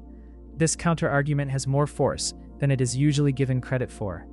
The assumption that reality is valuable simply because it is real is one that deserves more scrutiny than it typically receives. If someone is suffering terribly, an version of the machine could remove that suffering and replace it with genuine happiness. The argument that they should prefer to remain in reality because reality is real seems to demand a sacrifice from them in service of an abstraction. The realness of their suffering does not make it better. The realness of the machine's alternative does not make it worse. What the thought experiment ultimately leaves you with is not a clean answer, but a cleaner view of what is actually being weighed. The choice to plug in is not simply a choice between happiness and suffering. It is a choice about what kind of thing a life is, whether a life is constituted by the quality of its experiences or by the quality of its engagements with reality. Whether what matters about living is what it feels like from the inside or what it actually consists of from the outside. Whether the self that would float in the tank while the machine runs is a self that has chosen wisely or a self that has traded something for comfort that cannot be recovered by any amount of comfortable experience. The machine is waiting, the tank is warm, the life inside is ready, and it is better than anything the actual world is likely to provide. And the hand that reaches toward the connection point hesitates, not because the experience will be worse, but because something in the person reaching knows, without being able to fully say why, that the reaching itself toward the actual world with its actual uncertainty and its actual cost is the part that could not have been programmed, and that it matters, even though the machine would disagree. Chapter 12. The soldiers still fighting a war that ended in 1974. On a small island in the Philippines, a man emerged from the jungle. He was wearing a uniform that had become ragged over 30 years of jungle living. He was carrying a rifle he had maintained meticulously. He was healthy, resourceful, disciplined, and completely prepared to continue the mission he had been given in 1945, which was to engage in guerrilla warfare against enemy forces, and under no circumstances to surrender without direct orders from his commanding officer. His name was Hiroyo Onoda. He had been a lieutenant in the Japanese Imperial Army. The war he had been fighting for 30 years had ended in August 1945, within months of his deployment to the island. But nobody had told him, or rather people had tried. Leaflets had been dropped in the jungle, announcing the end of the war. Newspapers had been left at the edges of the forest. Family members had recorded messages that were broadcast into the jungle. Onoda had received all of this. He had assessed it, carefully, as enemy propaganda designed to lure him out of hiding. His mission was clear. The orders were specific. The war did not end until his commanding officer told him it had ended. And his commanding officer had not told him. In 1974, the Japanese government located his former commanding officer, who had become a bookseller in Tokyo. They flew him to the Philippines. He came to the jungle in his old uniform and gave Onoda the official order to stand down. Onoda emerged. He formally surrendered his rifle, his ammunition, his dagger, and his 30 years of perfect, disciplined, completely faithful service to a reality that no longer existed. The story produces something that is difficult to name precisely: admiration and sadness and a quality of recognition that has nothing directly to do with jungle warfare, because Onoda did nothing wrong within the framework he was operating inside. He was loyal. He was courageous. He was exactly the soldier he had been trained to be, doing exactly what he had been told to do, with a consistency and a dedication that most people never bring to anything. The tragedy was not a failure of character. It was a failure of the framework to update. The map was perfect. The territory had changed. The philosophical question that Onoda's story opens is not primarily about war or loyalty, or the tragedy of individual sacrifice in service of obsolete causes, though it is about all of these. It is about the relationship between the beliefs and frameworks we operate inside and the reality those frameworks are supposed to be describing. About what happens when reality changes and the framework does not. About whether it is possible for the dedication required to maintain a framework to become itself the thing that prevents the framework from being updated. Whether loyalty and integrity and consistency, virtues in most contexts, can become the mechanism by which someone is held inside a world that no longer exists. The cognitive version of Onoda's situation is something most people have lived in one form or another, though rarely for 30 years and rarely in a jungle. The belief about yourself that was accurate once and is no longer, but that you continue to operate from because abandoning it would require a kind of surrender that feels like a defeat. The model of a relationship that fit when it was formed and has not been updated as the relationship changed, so that the person you are responding to is increasingly a version of someone who no longer exists. The political or philosophical framework absorbed early in life, maintained through subsequent decades by the same loyalty and consistency that Onoda brought to his rifle, protected from revision by the very qualities that make it feel worth maintaining. The philosopher Thomas Kuhn described something similar at the level of scientific communities. His word was paradigm. A paradigm is the framework a scientific community uses to organize its questions and its findings. It is not merely a theory. It is the background against which theories are formed and tested. The paradigm shapes what counts as a real question, what kinds of evidence are recognized as relevant, what kind of answer would be accepted as satisfying.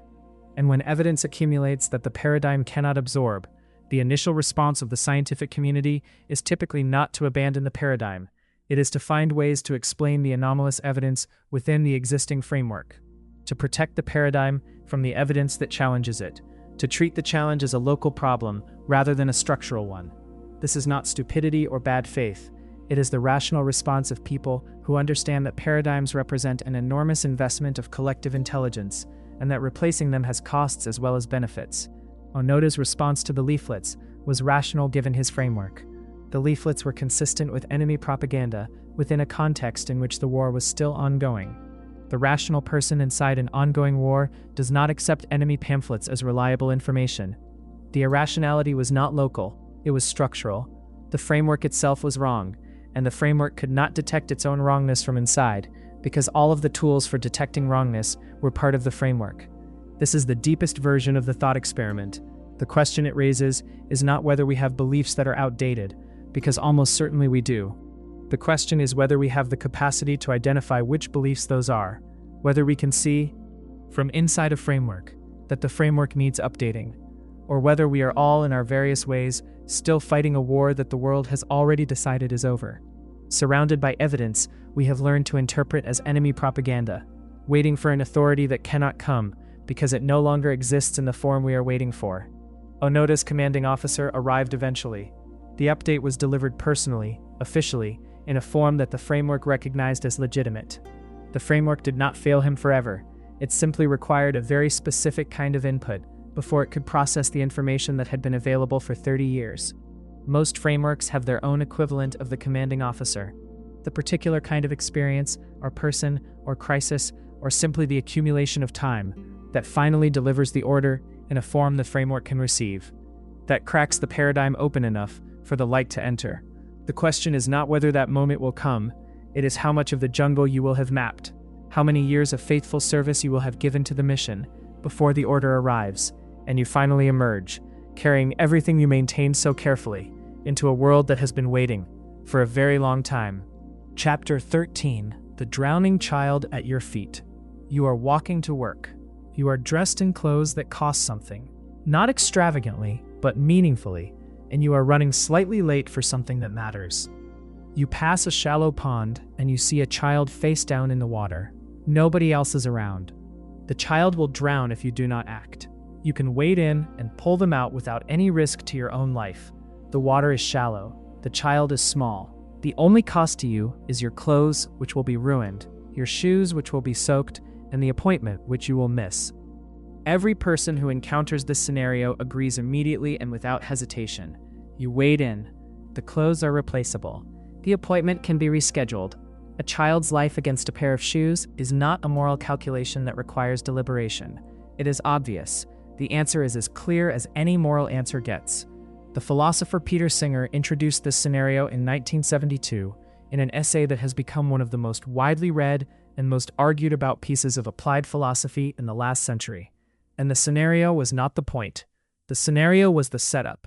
The point came after, because Singer's next move was to argue that the geographical distance between you and the child changes nothing morally relevant about the situation, that a child dying of preventable causes on another continent is, in every morally significant sense, the child in the pond.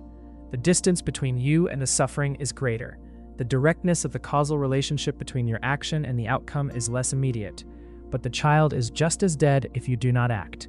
And the cost to you of acting, sending money to effective aid organizations rather than spending it on things that matter to you less than a child's life, is not significantly different from the cost of ruined clothes and a missed appointment. The implication that follows from the comparison is uncomfortable enough that most people feel it immediately and begin working to escape it. If the scenario with the pond generates an obligation so clear that nobody disputes it, and if Singer is right that distance and directness are not morally relevant factors, then the obligation to prevent distant suffering is as strong as the obligation to pull the child from the water in front of you, which means that spending money on anything beyond the minimum required to sustain yourself while children are dying of preventable causes within the reach of your resources is morally equivalent to walking past the child in the pond, to letting them drown because your shoes are expensive. This conclusion is so demanding that most people who encounter it experience it as a reductio. Surely they feel any moral theory that requires this level of sacrifice cannot be right. Surely the fact that acting on Singer's principle would require most people in wealthy countries to give until the giving reached the point of genuine sacrifice, until further giving would harm them as much as it helped others, cannot be what morality actually requires. The conclusion is too extreme. Therefore, something must be wrong with the argument. The responses to Singer's argument are numerous and serious and worth sitting with honestly, because the best of them are not simply rationalizations for comfort. One serious response challenges the equivalence between the pond and the distant child by pointing to the moral significance of special relationships. We have stronger obligations to those who are near us, not merely physically, but in terms of relationship and community, because those relationships constitute something morally significant that pure impartial calculation ignores. A parent's stronger obligation to their own child than to a stranger's child is not mere partiality. It reflects something real about the moral weight of particular bonds. The argument extends more controversially to neighbors and fellow citizens and members of one's community. Singer's principle on this view dissolves all distinctions in a way that destroys something morally important about the texture of human life and relationship. Another serious response points to the systemic nature of the problem. Individual giving, however generous, does not address the structural causes of preventable death. The drowning child is an individual whose drowning has an individual cause and an individual solution. The child dying of preventable disease in a poor country is the product of systems, of historical arrangements, of political and economic structures that individual charitable giving may not only fail to fix, but may inadvertently sustain by relieving pressure for structural change. The obligation on this view is not simply to give, but to work for the structural changes that would make the giving unnecessary. This response does not reject the obligation, it complicates its content.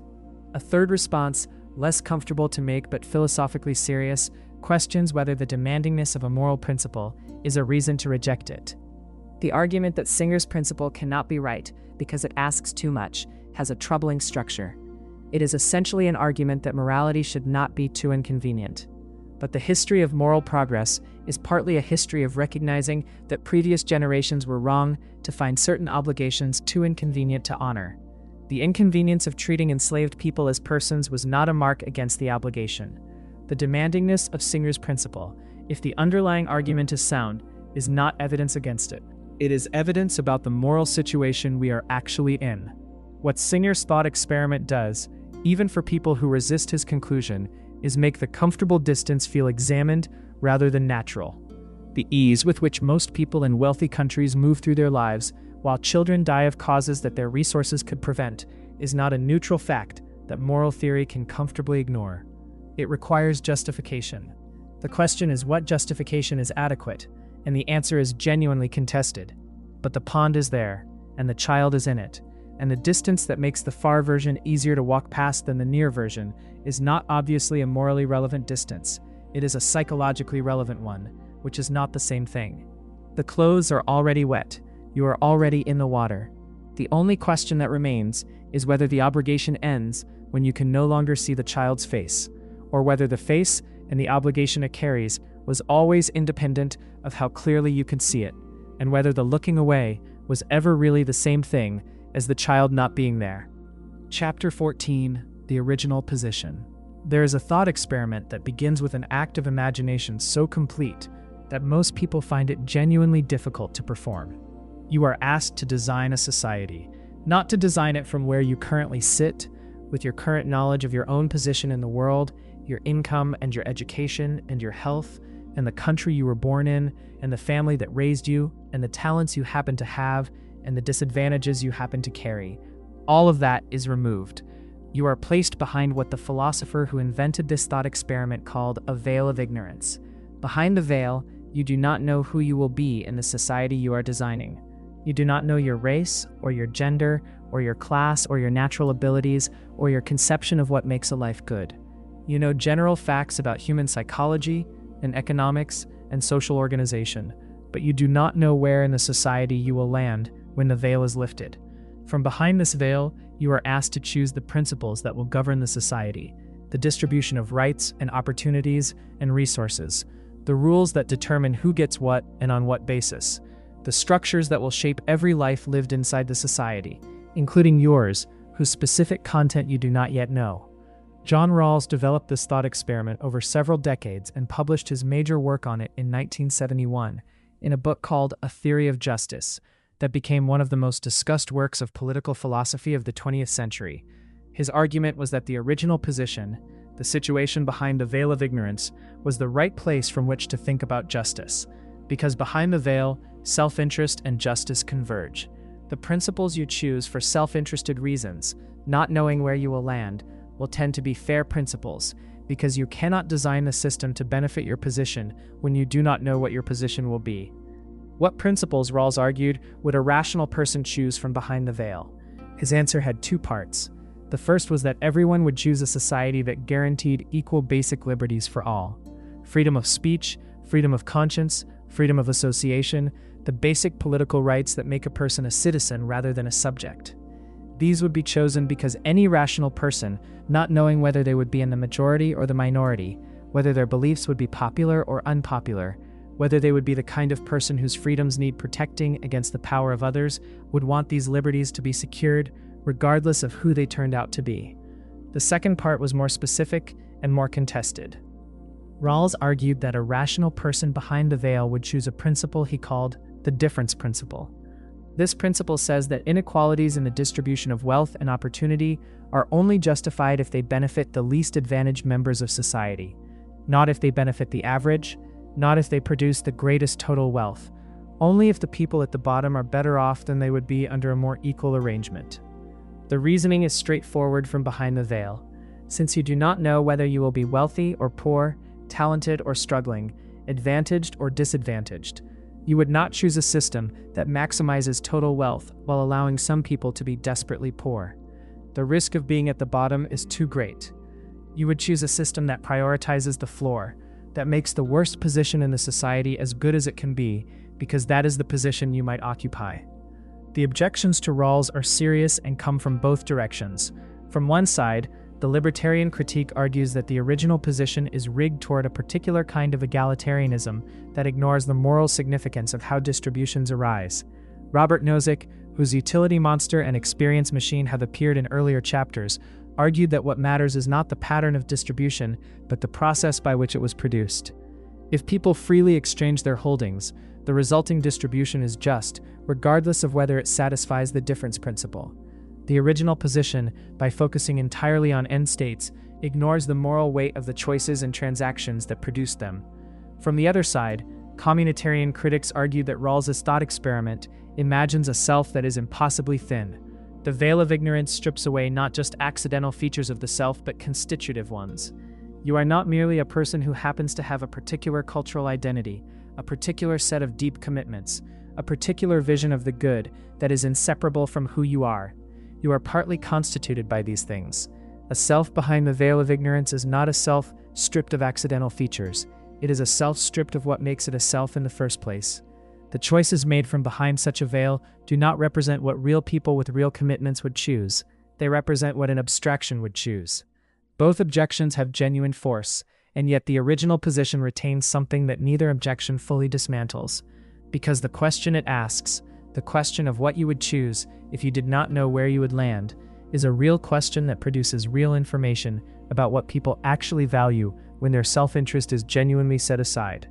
the difficulty of performing the imaginative act, of really not knowing whether you will be rich or poor, male or female, born into comfort or born into struggle, does not undermine the value of trying. It reveals something about the structure of our moral thinking, about what we would endorse if we were reasoning from genuine impartiality rather than from the comfortable position of already knowing that the system works reasonably well for us. There is a version of the thought experiment that is available to anyone, that does not require philosophical training or familiarity with Rawls's arguments, that simply asks a question you can ask yourself right now. Look at the society you live in. Look at its distributions of opportunity and resource and protection and vulnerability, and then ask, honestly, whether you would have chosen to be born into it if you had not known where you would land. Whether the structure that seems reasonable from where you are sitting would seem equally reasonable if you were sitting somewhere else in the same structure. Whether the principles that govern it are principles you would endorse from behind a veil, or principles you endorse because the veil has already been lifted in your favor. The veil is not lifted equally. Some people emerge from behind it into positions that the original position would have chosen carefully. Others emerge into positions that nobody, reasoning from genuine uncertainty, would have agreed to accept. And the distance between those two kinds of emergence is not random. Chapter 15: The Eternal Return. Imagine that every moment of your life, every conversation and every silence, every choice and every hesitation, every joy that arrived without warning and every grief that did not leave when you asked it to, every ordinary Wednesday afternoon and every extraordinary night will recur. Not once, not a finite number of times, infinitely. The sequence of your life, exactly as it has been and exactly as it will be, will repeat without variation for as long as time continues, which is forever. There is no escape from this repetition. There is no improved version in the next cycle, no learning carried over, no progress made between iterations. The same life, the same moments, the same you making the same choices, forever. Friedrich Nietzsche described this idea in several places across his work, most vividly in a passage in The Gay Science, where he imagines a demon appearing to you in your loneliest moment and delivering this news. The demon says that the life you have lived, you will have to live again, innumerable times, with nothing new in it, but every pain and every pleasure and every thought and sigh and everything unspeakably small or great in your life recurring to you in the same sequence. The question the demon leaves you with is the question Nietzsche considered one of the heaviest weights imaginable. How do you respond to this news? Does the thought crush you? Or is there a version of you that could say yes to it, that could say yes to every moment, including the worst ones, because the yes is unconditional and the life is worth affirming in its entirety? Nietzsche did not present eternal return as a cosmological claim, a statement about what the universe actually does. He presented it as a thought experiment with ethical and psychological force, a test. The test is this: if you had to live your life again, exactly as you have lived it, with no changes and no improvements, would you choose to? Could you choose to? And if you could not, if the thought of exact repetition fills you with horror or regret or the specific despair of a life that does not bear repeating, then what does that tell you about how you are living? About whether the choices you are making are choices you actually affirm, or choices you are making because they are available, or expected, or simply easier than the alternatives. The thought experiment operates as a kind of retroactive test of authentic living. Nietzsche's concern, throughout much of his philosophy, was with what he saw as the tendency of human beings to live in a state of half-commitment, to make choices without fully choosing, to inhabit their lives from a position of slight distance, always aware of other possibilities, never fully at home in the actual life being lived, perpetually oriented toward a future improvement or a theoretical alternative, rather than fully present in the reality of the current moment. The eternal return eliminates the escape route. If this is what there will always be, then the question of whether this is what you actually want becomes inescapable. The half-commitment has nowhere to hide. The person who can say yes to eternal return, who can receive the demon's news without the crushing weight of horror, is, for Nietzsche, a person who has achieved something he called amor fati, love of fate, not mere acceptance of what happens, not the stoic resignation that acknowledges what cannot be changed and makes peace with it, something more active and more affirmative than that. The genuine embrace of the life as it is, including its pain and its failure and its loss, not despite these things but in full knowledge of them. the yes that is said with the whole self, rather than with the part of the self that is willing after the other parts have been overruled. This is an extraordinarily demanding standard. Most people, encountering it honestly, will find that the thought of exact repetition does not produce the amor fati response. It produces instead a list, the things they would change, the moments they would undo, the roads not taken that would have been taken if the choice were available again. And this list is not a failure of character, it is honesty. The question is what to do with the honesty, whether the list is the beginning of a reckoning with how the life is being lived, or simply a source of regret that is filed and forgotten. The philosophical objection to eternal return as a meaningful test is that it conflates two different things: satisfaction with a life as it has been lived, which includes the good and the bad in their actual proportion, and the desire for that exact life to repeat infinitely, which is a much stronger and stranger requirement. A person can be genuinely satisfied with a life, can affirm it as worth having lived, without needing it to repeat forever. The satisfaction does not require the infinite loop. The test may be asking for something beyond what genuine affirmation of a life requires. There is another objection that is worth sitting with more carefully. The eternal return, as a thought experiment, assumes that the life can be separated from its directionality, from the sense of things being built, of development happening across time, of the person at the end of a life being different from the person at its beginning in ways that matter. A life that recurs exactly is not a life that develops. It is a recording that plays again, and much of what makes a life feel worth living is connected to the sense of something being built, of the person being shaped across time by what happens to them. Eternal recurrence removes the building and leaves only the playing. Whether what plays is worth playing forever is a question that the person who values the building may not be able to answer the way Nietzsche hoped, and yet the weight of the thought experiment does not entirely dissolve under these objections, because even if the literal cosmological version is not taken seriously, the test it proposes has genuine diagnostic value. When you imagine your life playing again, and you feel the weight of what you would want to be different, you are feeling the distance between the life you are living and the life you would affirm. That distance is information.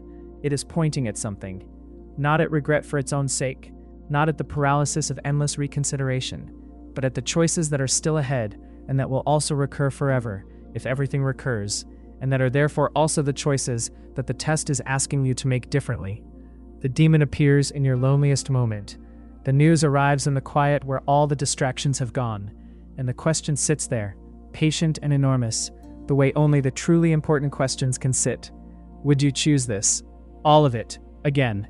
And if the answer is not yet yes, what would need to change for the yes to finally become available? Chapter 16. The Teleporter's Passenger. There is a machine that works as follows. You step into a chamber on one side of the world. The chamber scans every detail of your physical structure with perfect precision. Every atom in your body, every neural connection in your brain, every piece of information that constitutes the physical fact of being you at this specific moment is recorded completely. The original is then destroyed, painlessly and instantaneously. On the other side of the world, a second chamber uses the recorded information to reconstruct you from new matter, atom by atom, neural connection by neural connection, with a fidelity so complete that the result is indistinguishable from the original in every physical and psychological respect. The person who steps out has your memories, your personality, your sense of continuous identity, your specific and unrepeatable way of understanding what has just happened. They believe they have just traveled. They feel like you. They are, by every external and internal measure available, you. Did you travel, or did you die? And is there a difference? This thought experiment, developed in various forms by several philosophers but most thoroughly explored by Derek Parfit, is designed to push the question of personal identity past the place where most people's comfortable intuitions can follow. The ship of Theseus, which appeared earlier in this conversation, asked about gradual replacement. The man who woke up as someone else asked about memory continuity. The teleporter cuts to the heart of something those thought experiments approached more slowly. It asks whether what you care about when you care about your own survival is the continuation of a specific physical substrate, the continuation of psychological continuity and connectedness, or something else that neither of these fully captures. Start with the physical substrate argument. The person who steps out of the receiving chamber is made of different matter than the person who stepped into the sending chamber. Every atom is new. The original atoms were, in the scenario as described, destroyed. If what you are is the specific physical stuff you are made of, then you did not travel. You are destroyed, and a very convincing copy was created. The copy has no more claim to being you than a photograph of you has to being you, however detailed the photograph. But this argument runs immediately into a problem that the ship of Theseus made familiar. Your body right now is made of different matter than your body was 10 years ago. Most of your cells have been replaced. The atoms that constituted you a decade ago are not the atoms that constitute you now. If physical continuity of substrate is the requirement for personal identity, then you are already not the same person you were 10 years ago. And the problem of the teleporter is not introduced by the machine. It is the normal condition of biological existence. The machine just makes it sudden and obvious instead of slow and invisible. The psychological continuity argument handles this. What makes you the same person across time is not the continuity of physical stuff, but the continuity of memory and personality and the psychological connections that constitute a single continuous life.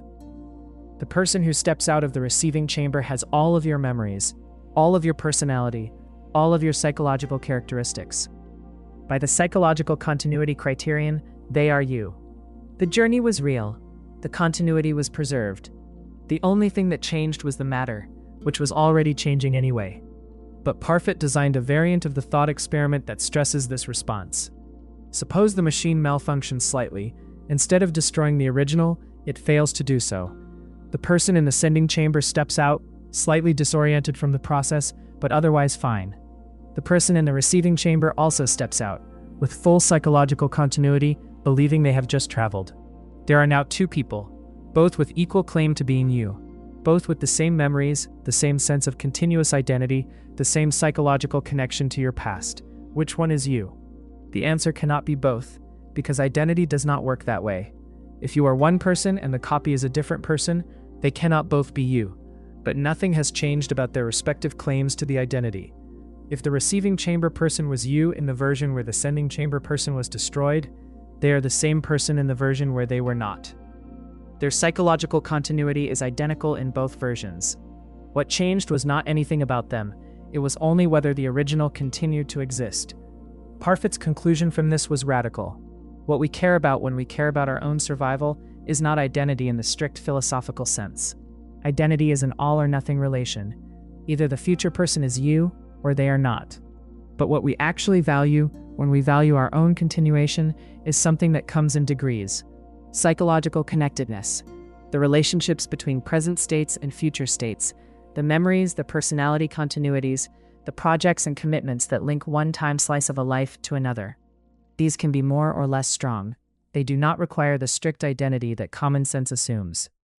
This matters for the teleporter because it suggests that the question of whether you traveled is not the most important question. The more important question is whether the person who steps out of the receiving chamber has what you care about when you care about your own future. And the answer, by Parfit's lights, is yes. The psychological continuity is preserved. The connections are intact. Whether this constitutes strict identity in the metaphysical sense may be a question without a determinate answer, which does not mean nothing matters, but does mean that what matters is not strict identity, but something more specific and more subtle.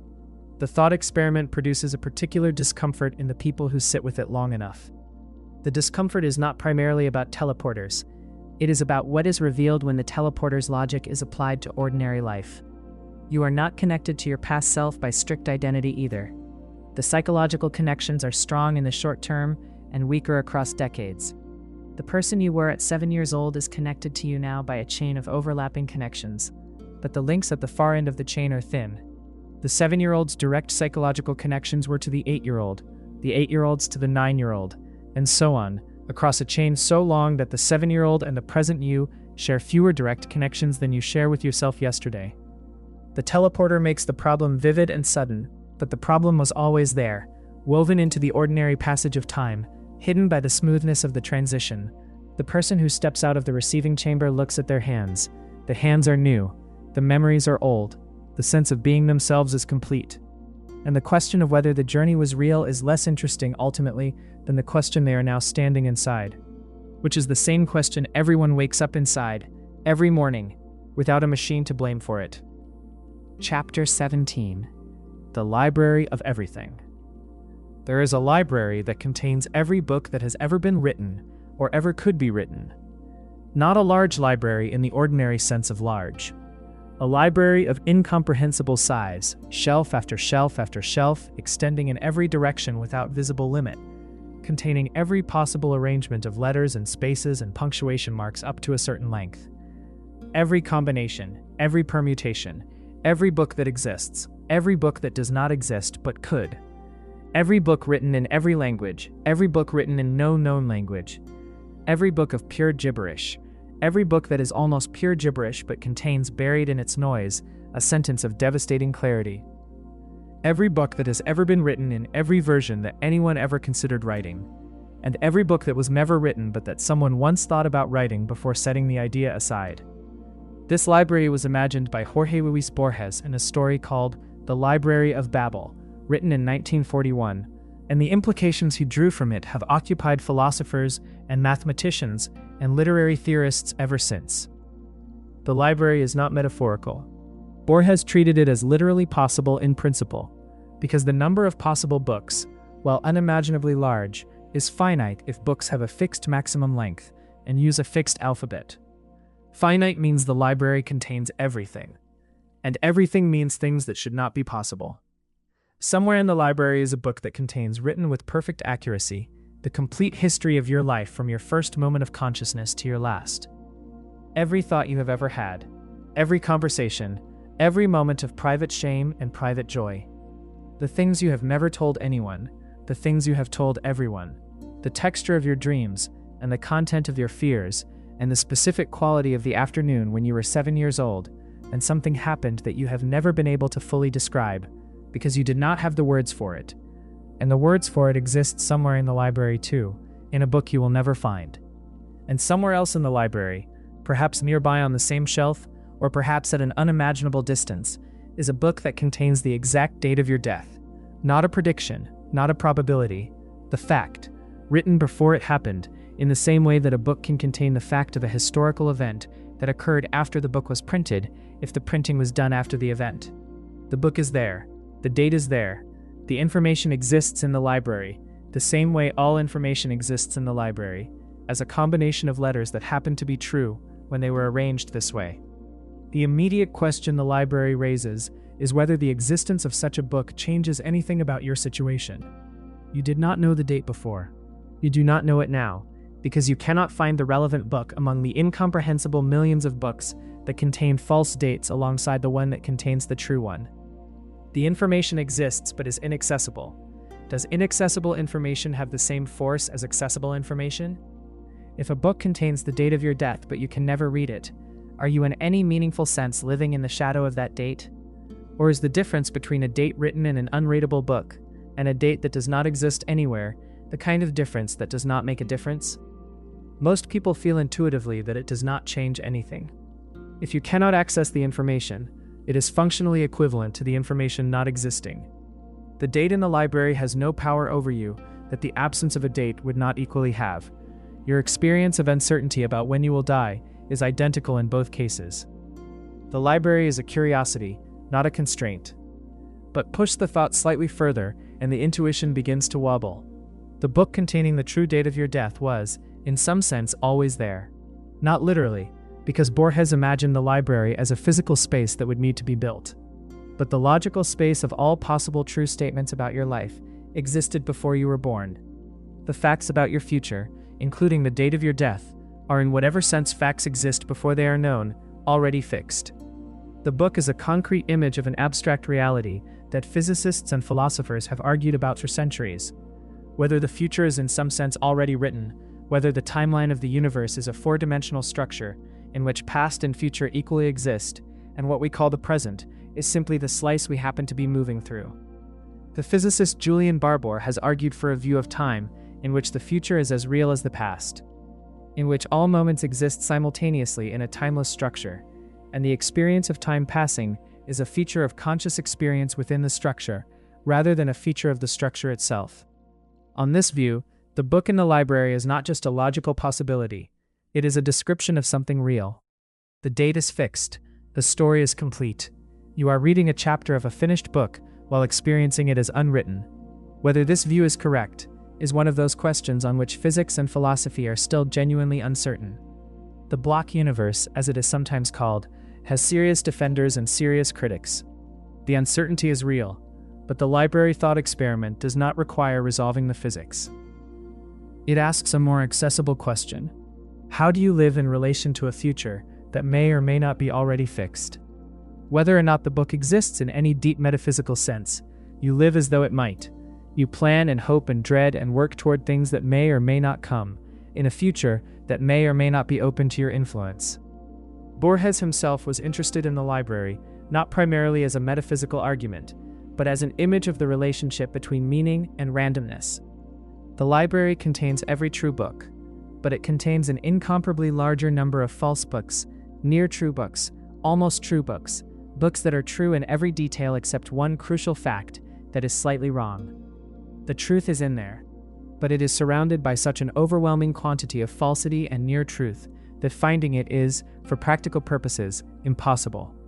The needle of the true story of your life is somewhere in an infinite haystack of almost stories, and you are living what you hope is the true version, unable to find the book that would confirm it, moving through the library one day at a time, opening the volumes that present themselves, discovering, occasionally and unexpectedly, a sentence that rings so true it could only have been written by someone who knew you from the inside, and wondering, in the space after reading it, whether you found it, or whether it found you, already knowing you were coming, already open to the right page. Chapter 18.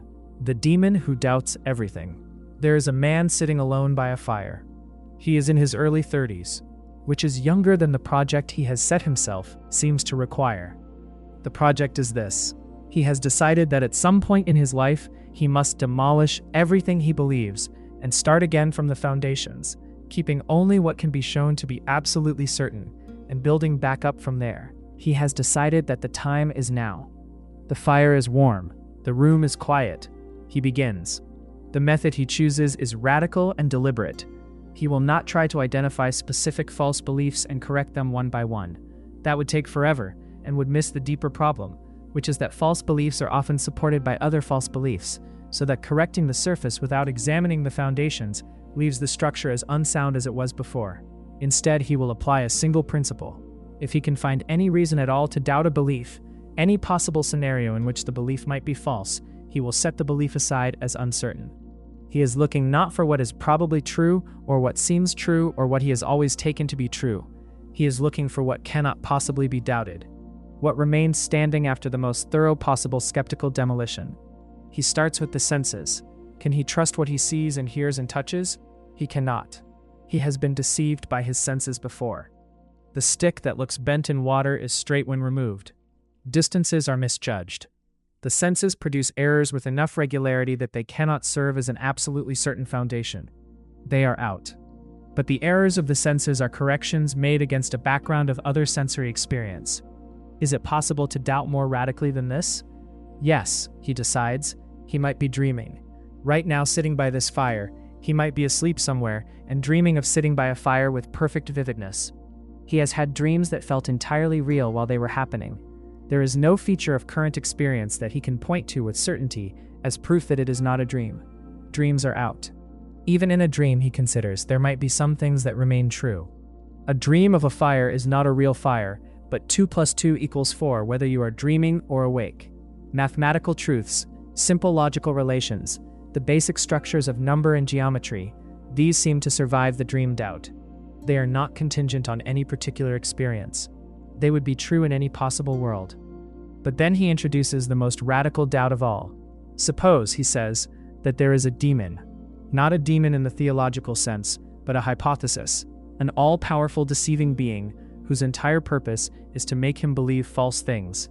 Such a demon could, in principle, make him believe that 2 + 2 = 4 when it does not. Could arrange his mind so that every mathematical intuition is systematically wrong. Could produce in him a complete and coherent false reality, with no gaps through which the actual reality could be glimpsed. If such a demon exists and is doing its work, then even the mathematical certainties are gone. Everything is out. The demolition is complete. He sits in the ruins of every belief he has ever held, and then he notices something. The noticing itself. The act of doubting. Whatever the demon is doing to him, the demon cannot make him doubt without there being something that is doing the doubting. The deception requires a deceived. The doubt requires a doubter. Even if everything he believes about the world is false, even if the fire is not real, and the room is not real, and his body is not real, and mathematics is a systematic illusion, the fact that something is experiencing the doubt cannot be doubted without performing the very thing being doubted. I think, therefore I am. Or in the Latin that has echoed across 4 centuries since he wrote it. Cogito ergo sum. This man was René Descartes, and the method and the conclusion are the foundation of modern Western philosophy.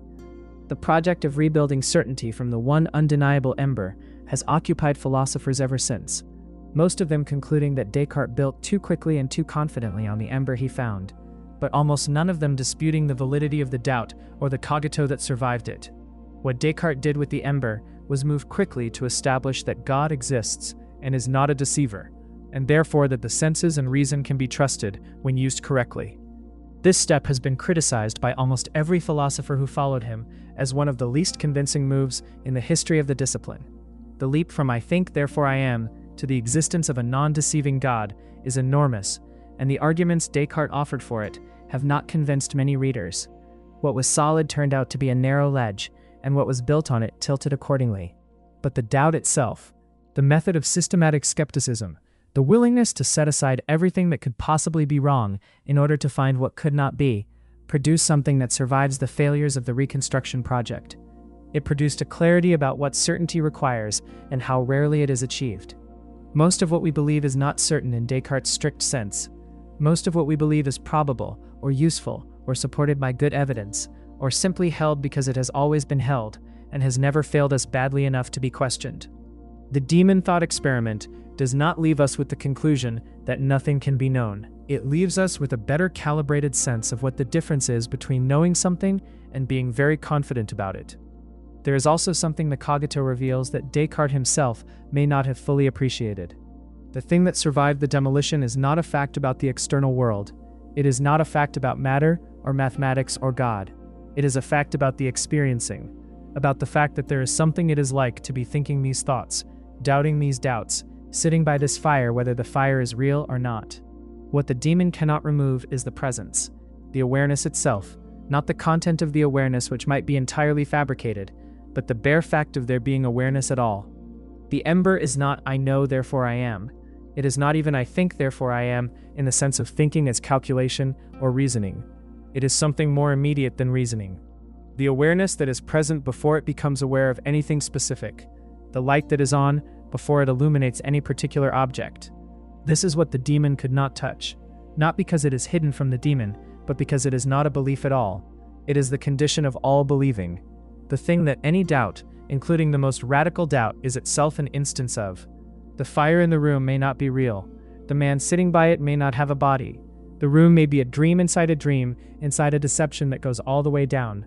And something is present for all of it, unchanged by any of it. The one thing the demon needed in order to do its work, and the one thing the demon could never take away. Chapter 19. The last human who knows beauty. There is a thought experiment that requires a specific kind of imagination.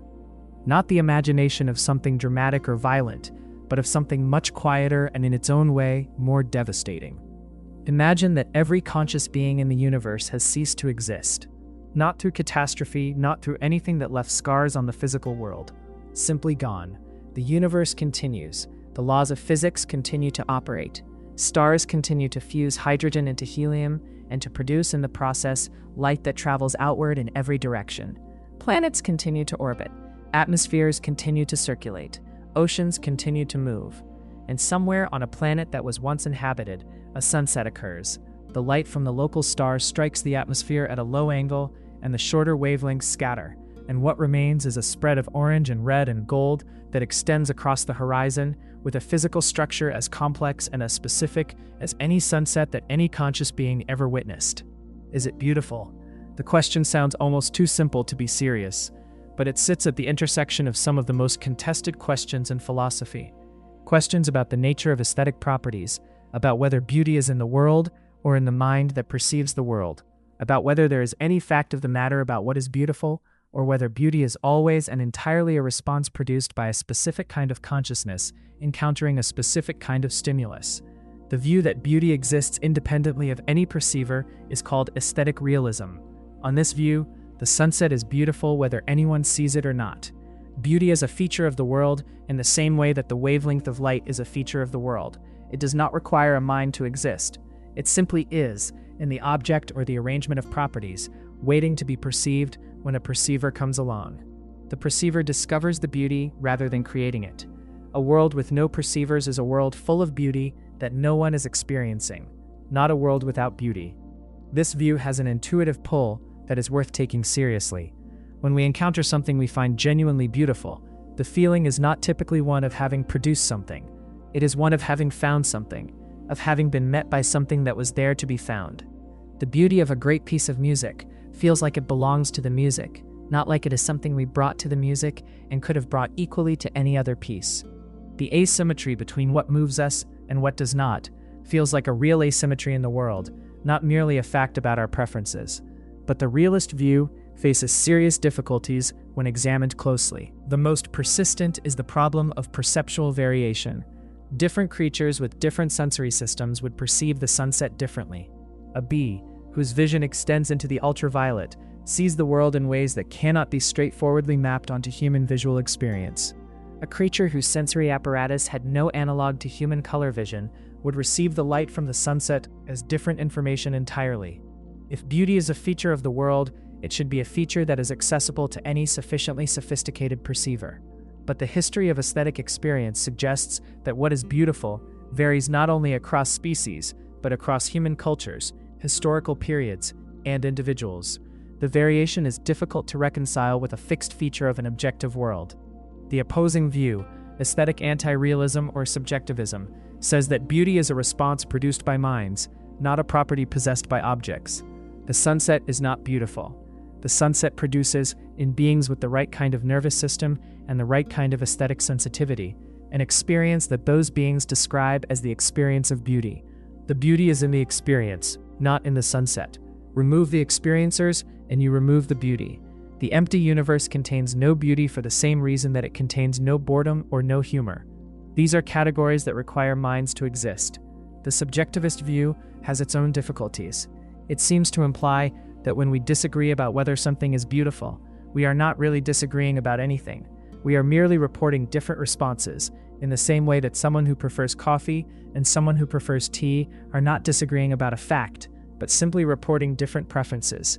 But aesthetic disagreement does not feel like this from the inside. When two people disagree about whether a piece of music is beautiful, they typically feel that they are disagreeing about something real, that at least one of them is failing to hear something that is actually there, not simply that they have different preferences, as they might have different preferences about flavors. The philosopher Immanuel Kant proposed a position that tried to occupy the space between these two views. Kant argued that judgments of beauty are not merely reports of subjective preference, because they carry with them a claim that others ought to agree. When you say a sunset is beautiful, you are not simply saying that the sunset produces a pleasant response in you. You are saying something that carries a demand, or at least an invitation, for others to see it as you see it. This demand, this implicit claim to a kind of intersubjective agreement, is what distinguishes aesthetic judgment from mere preference. And yet, the demand cannot be grounded in any objective property of the sunset, because beauty is not measurable in the way that wavelength is measurable. The judgment rests on something that is neither purely subjective nor purely objective. It is grounded in a shared structure of human cognition and sensibility, in the conditions of experience that are common to all human beings, which allow genuine communication about beauty, without beauty being a mind-independent property of things. What Kant's view does not answer is the original question. If no human beings exist, if no beings with the shared cognitive structure that grounds aesthetic judgment exist, is the sunset beautiful? For Kant, the question may be malformed. Beauty, as a concept, belongs to the structure of experience. Asking whether beauty exists outside all experience is like asking whether an experience exists outside any experiencing. The question dissolves rather than having an answer. What remains when the thought experiment is followed to its end is not a verdict. It is an illumination of something that is easy to take for granted, that the encounter between a conscious being and a world is not a neutral event, not merely a registration of information. The conscious being brings something to the encounter that the world does not contain on its own, a dimension of significance, of value, of the kind of mattering that beauty is one form of. And the world brings something that the conscious being does not contain on its own, the actual structure, the specific arrangement of light and atmosphere that calls the response forth. Beauty lives in the meeting, not in the sunset alone, not in the mind alone, in the particular and unrepeatable encounter between a world that has this structure and a consciousness that is capable of being moved by it. The last human who knew beauty is gone, the sunset continues, and the question of whether anything was lost when they left, or whether the loss was already complete before the light reached the horizon, may be the most personal version of a question that has never had a final answer, because it asks not what the world is, but what you bring to it, that the world alone could never provide. Chapter 20, The Grandfather You Were Never Supposed to Meet. There is a version of this that starts gently enough. You have a time machine. You travel back to a period before your parents were born, before the chain of events that would eventually produce you had fully assembled itself, and you encounter your grandfather as a young man. He does not know you. He cannot know you. You are a stranger to him, arriving from a future he has not yet lived toward. You spend time with him. You see the person your parent would inherit their eyes from, the way they hold themselves, the particular quality of attention they give to things, all of it present in this younger version of the man you knew, only in his age. And then, in the version of this thought experiment that has occupied philosophers and physicists and science fiction writers for nearly a century, something goes wrong. Or something goes right, depending on which version of the problem you are exploring. You kill your grandfather, before he has met your grandmother, before your parent was conceived, before you were possible. And now the paradox arrives with its full weight. If your grandfather dies before your parent is conceived, you are never born. If you are never born, you cannot travel back in time. If you cannot travel back in time, you cannot kill your grandfather.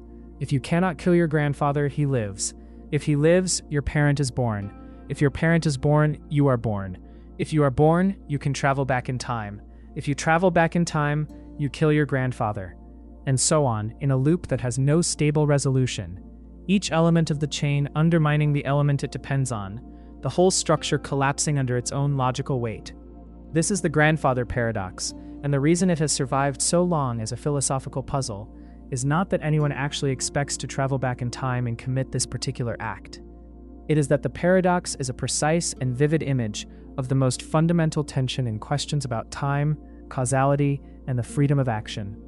If the past is fixed, if what has happened in a way that cannot be changed, then what does it mean to travel to the past and do something that would change it? And if the past can be changed, then what does it mean for anything to be fixed in the first place? The responses to the paradox are various, and they reveal deep disagreements about the nature of time and possibility. The first response is to simply deny that backward time travel is possible, at least in the form the paradox requires. The laws of physics, as currently understood, do not permit the kind of causality violation the grandfather paradox involves. A cause must precede its effect. A bullet fired must travel forward in time to reach its target. An event in 1925 cannot be caused by an event in 2025 without the causal arrow reversing in a way that physics does not accommodate. If time travel is impossible, the paradox dissolves. It is a logical puzzle about an impossible scenario, which tells us something about logic, but nothing about the actual structure of time. But this response, while sensible, is also somewhat evasive, because the grandfather paradox is not only about physics. It is about the conceptual structure of time and causality, regardless of whether machines exist that exploit that structure. And at the conceptual level, the tension it expresses is real. The tension between a past that is fixed, that has already happened in a specific way that cannot be altered, and an agent who acts freely, whose choices are genuinely open. If the past is fixed, then the history of the world includes as a fixed fact every choice that every agent ever made. Your choices are already in the past, looking backward from any future point. Which means, in a sense that the grandfather paradox makes vivid, that you are always and already the person whose choices produce the world as it is. The physicist and philosopher David Deutsch has proposed a resolution to the grandfather paradox that draws on the many worlds interpretation of quantum mechanics. On this view, backward time travel does not return you to your own past. It takes you to a parallel version of the past, a branching timeline that diverges from yours at the moment you arrive. In this parallel timeline, you can kill this version of your grandfather without producing a paradox, because the grandfather in this timeline is not your grandfather in the relevant sense. He is his counterpart in a different branch of the universal wave function. Your grandfather in your timeline was never killed, which is why you exist to make the journey. This resolution dissolves the logical paradox, but does not dissolve the philosophical question the paradox was pointing at. The many worlds resolution says that all consistent histories occur. Every possible sequence of events that is not internally contradictory plays out somewhere in the branching structure of reality. Your grandfather dies in some branches and lives in others. You are born in some branches and not in others. Free will in this picture is not the ability to determine which branch of the multiverse you inhabit.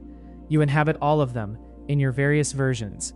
Free will is perhaps the sense of being the version that is in this branch, making choices whose consequences unfold in this timeline, without access to the other versions and their different outcomes. But the most personal version of the thought experiment is not the grandfather paradox in its standard form.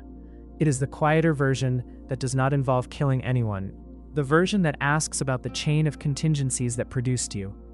How many things had to go exactly as they went in order for you to exist? Your parents had to meet. Not just meet, but meet in the specific way that produced the specific relationship that produced you.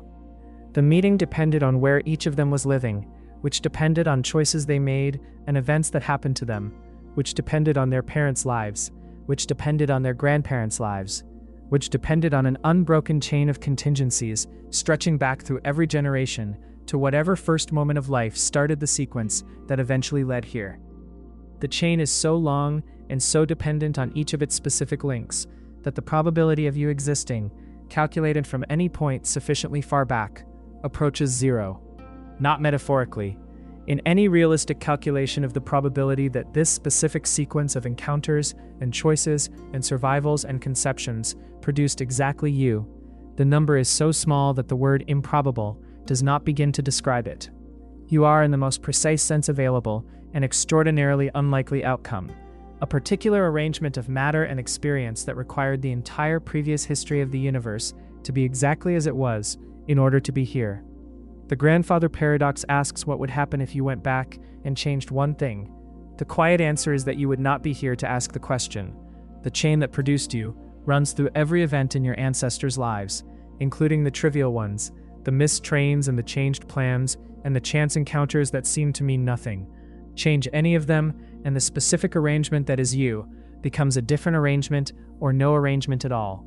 You are the outcome of a causal chain that was never aiming at you, that had no idea you were coming, that was simply following the rules of time and chance and contingency, and that produced, in the middle of all its blind mechanical progression, something that is now capable of looking back at the chain, and noticing with something that feels very much like wonder, that every link held. Chapter 21. The World with One Less Person. There is a decision being made somewhere right now that will determine whether a person comes into existence. Not a dramatic decision, perhaps simply the decision of two people about whether to have a child, or another child, or whether the time is right, or whether the circumstances are adequate. A decision that most people in most times have treated as fundamentally personal, governed by practical concerns and preferences and a sense of readiness or its absence, not typically understood as a moral question in the philosophical sense. Whether to bring a new person into the world seems like a different kind of question from whether to harm a person who already exists. The potential person is not there yet. They have no interests to be violated, no experiences to be disrupted, no life that can be made worse. The decision to not have them seems intuitively different in kind from a decision that affects someone who already exists.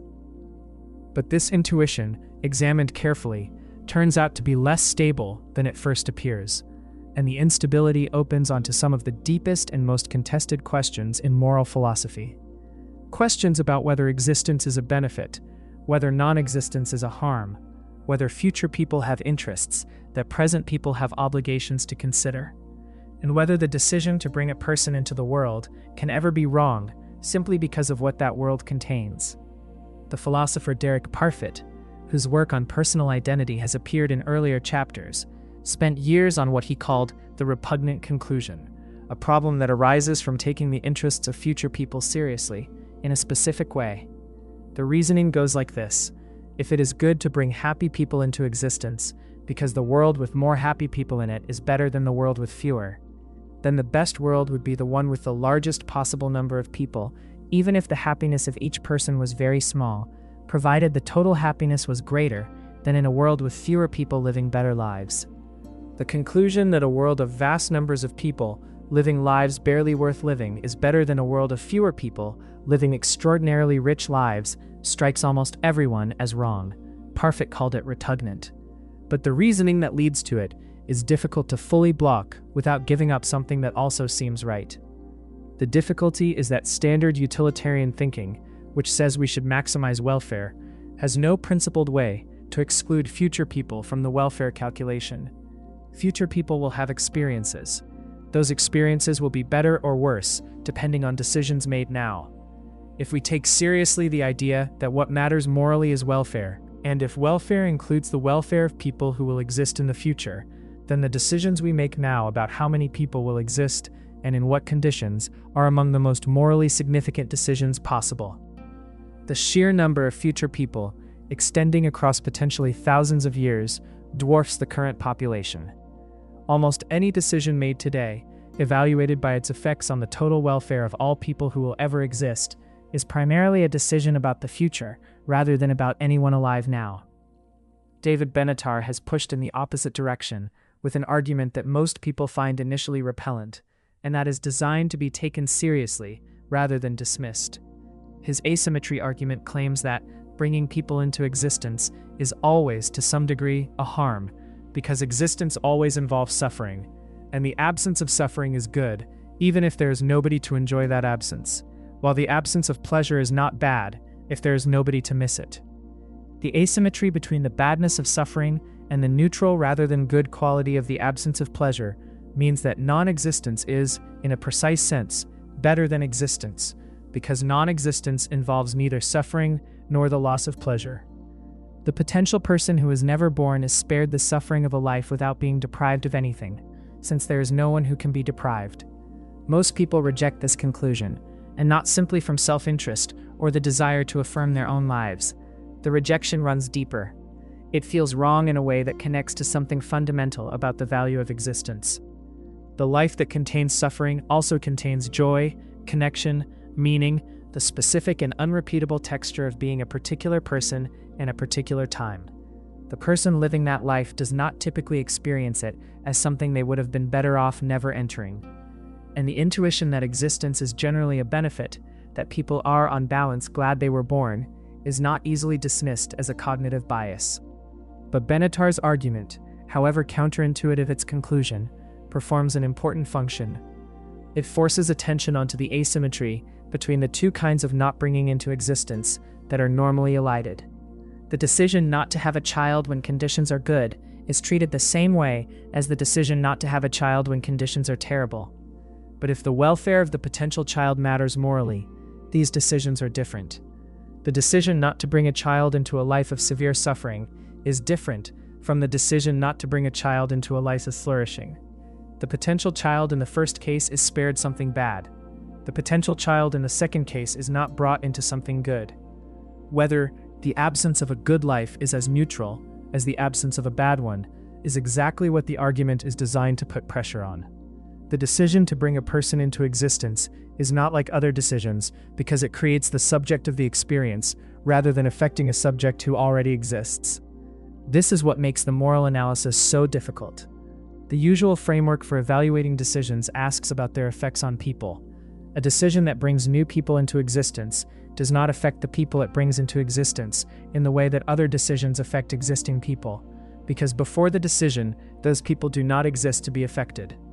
The value of existence to the person who will live it cannot be weighed against the alternative of their non-existence, because in the alternative, there is no one who exists to have the non-existence be good or bad for. Parfit called this the non-identity problem.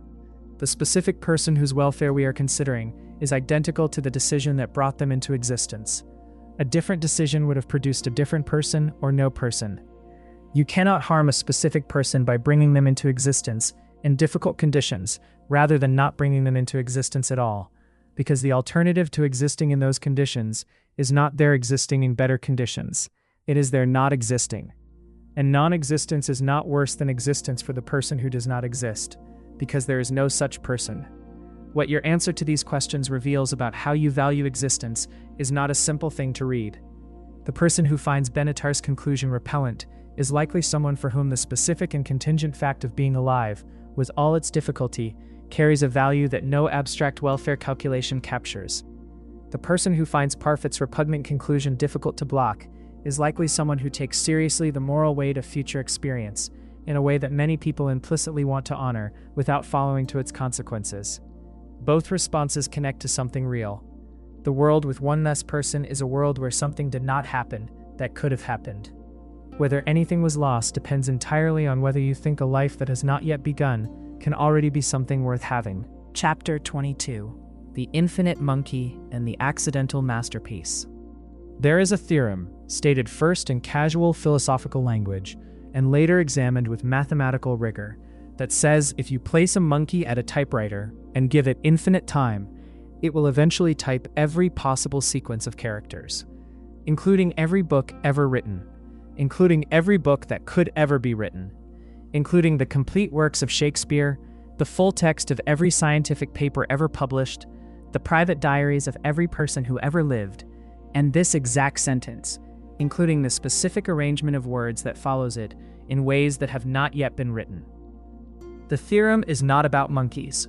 The monkey is a vivid image for a random process producing keystrokes without any intention or understanding or purpose. The theorem is about probability and infinite time. Given enough time and a truly random process, every finite sequence of symbols will eventually appear. Not might appear, will appear. The probability of any specific finite sequence appearing, given infinite attempts, is 1. Certainty. The question is only how long the waiting takes, which for sequences of the length of Hamlet is so long that no physical universe of the kind we inhabit provides anything close to the time required. But the mathematics does not care about physical universes.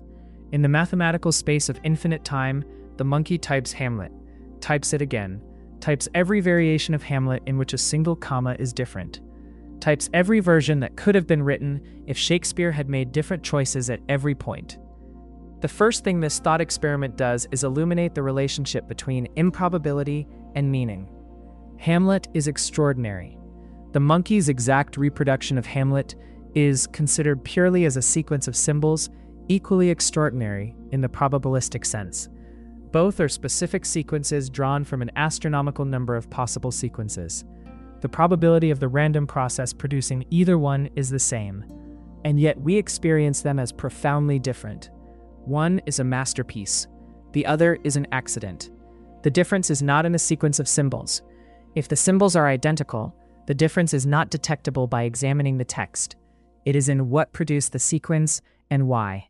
Shakespeare wrote Hamlet with intention, with artistic judgment, with the accumulated weight of a specific human life that had encountered love and grief and political violence and the particular culture of late Elizabethan England. The symbols that appear in Hamlet are not arbitrary. They are the product of choices made for reasons in service of something. The monkey's Hamlet is produced by no choices at all, by the mindless churning of random process through the space of all possible symbol sequences until, by chance, the right one comes up. Does this difference matter if you cannot detect it by reading the text? Is the monkey's Hamlet less great? Is meaning a property of the sequence, or a property of the sequence plus its origin? If you read the monkey's Hamlet and were moved by it, would the discovery that it was produced randomly diminish the moving? Would it should? The intuition of most people is that it would, that something important is lost if authorship is random. The genius of the work is not in the symbols, but in the mind that chose them, and a random process has no mind. The work produced without intention is not a work in the relevant sense. It is a sequence that happens to match a work. The difference between the two is invisible to the reader who does not know the origin, but it is not invisible to the question of what the text actually is. This intuition can be pressed. What if the author was not particularly intelligent, but happened to write well on this occasion? What if the work was the product of unusual circumstances that the author could not replicate?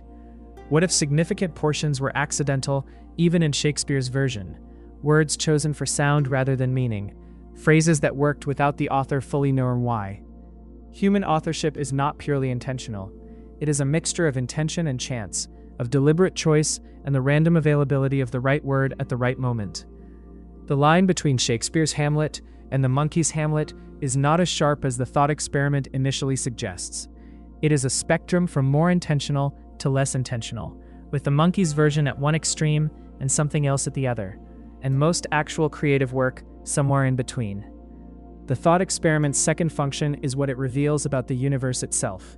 If the universe is very large, or if it has existed for a very long time, or if there are many universes, then the probability that complex structures will arise by chance rather than by design increases dramatically. A universe old enough or large enough begins to resemble, in the relevant mathematical sense, the room of infinite monkeys. Not that complexity is inevitable in any finite stretch of time, but that given sufficient time or sufficient space, complexity becomes probable rather than miraculous.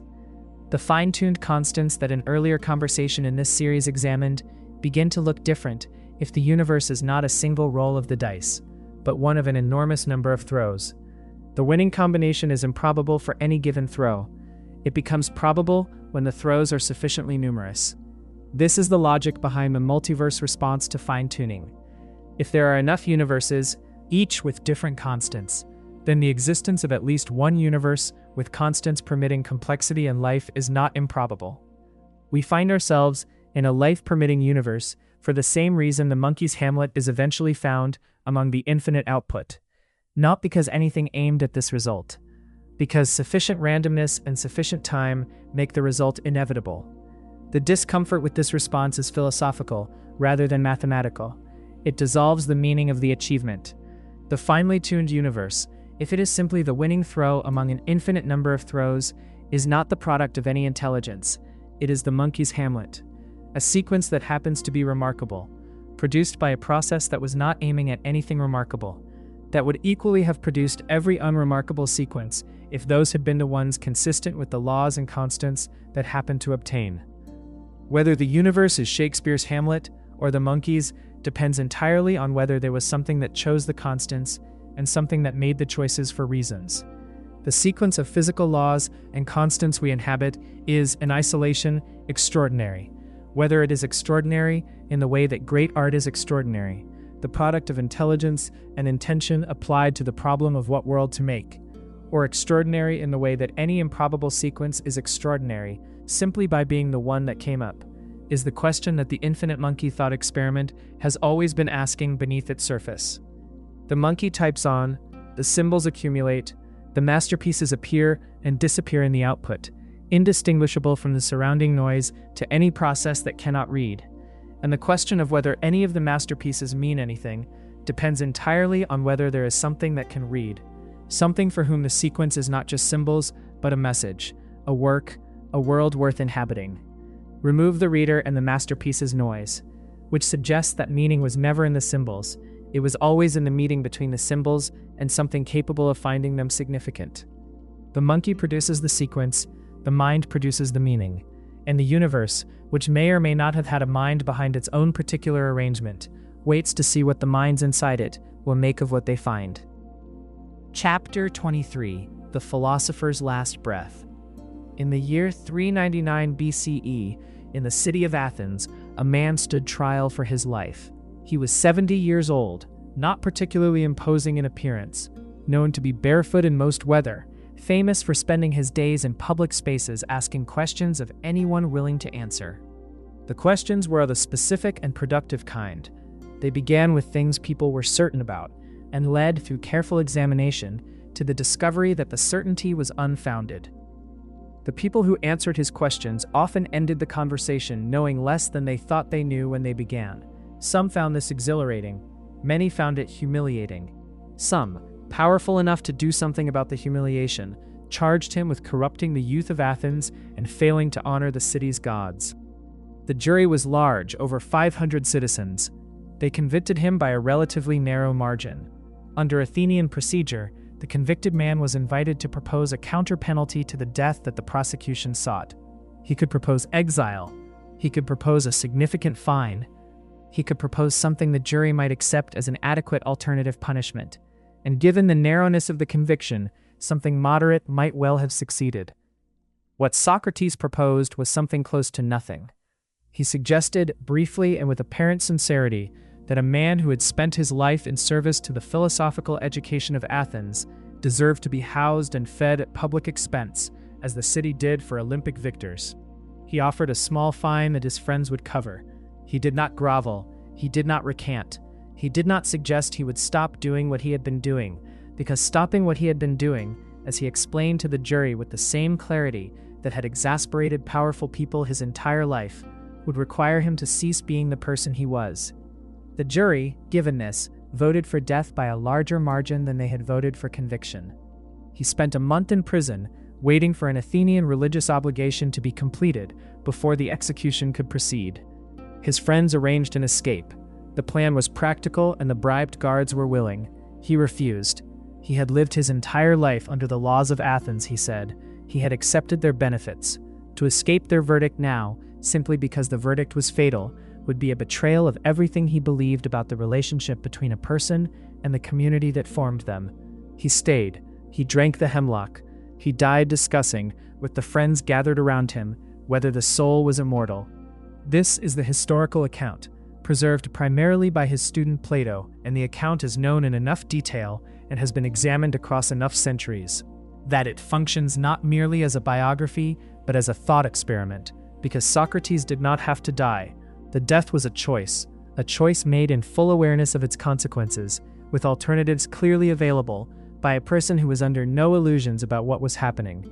And the choice raises the question this chapter is organized around. What idea, if any, is worth dying for? Not abstractly, with the hemlock in the room. The concept Socrates himself articulated as the reason for his choice is the examined life, the life that does not examine its own foundations, its own assumptions, its own received certainties. It's not worth living in the sense that matters most.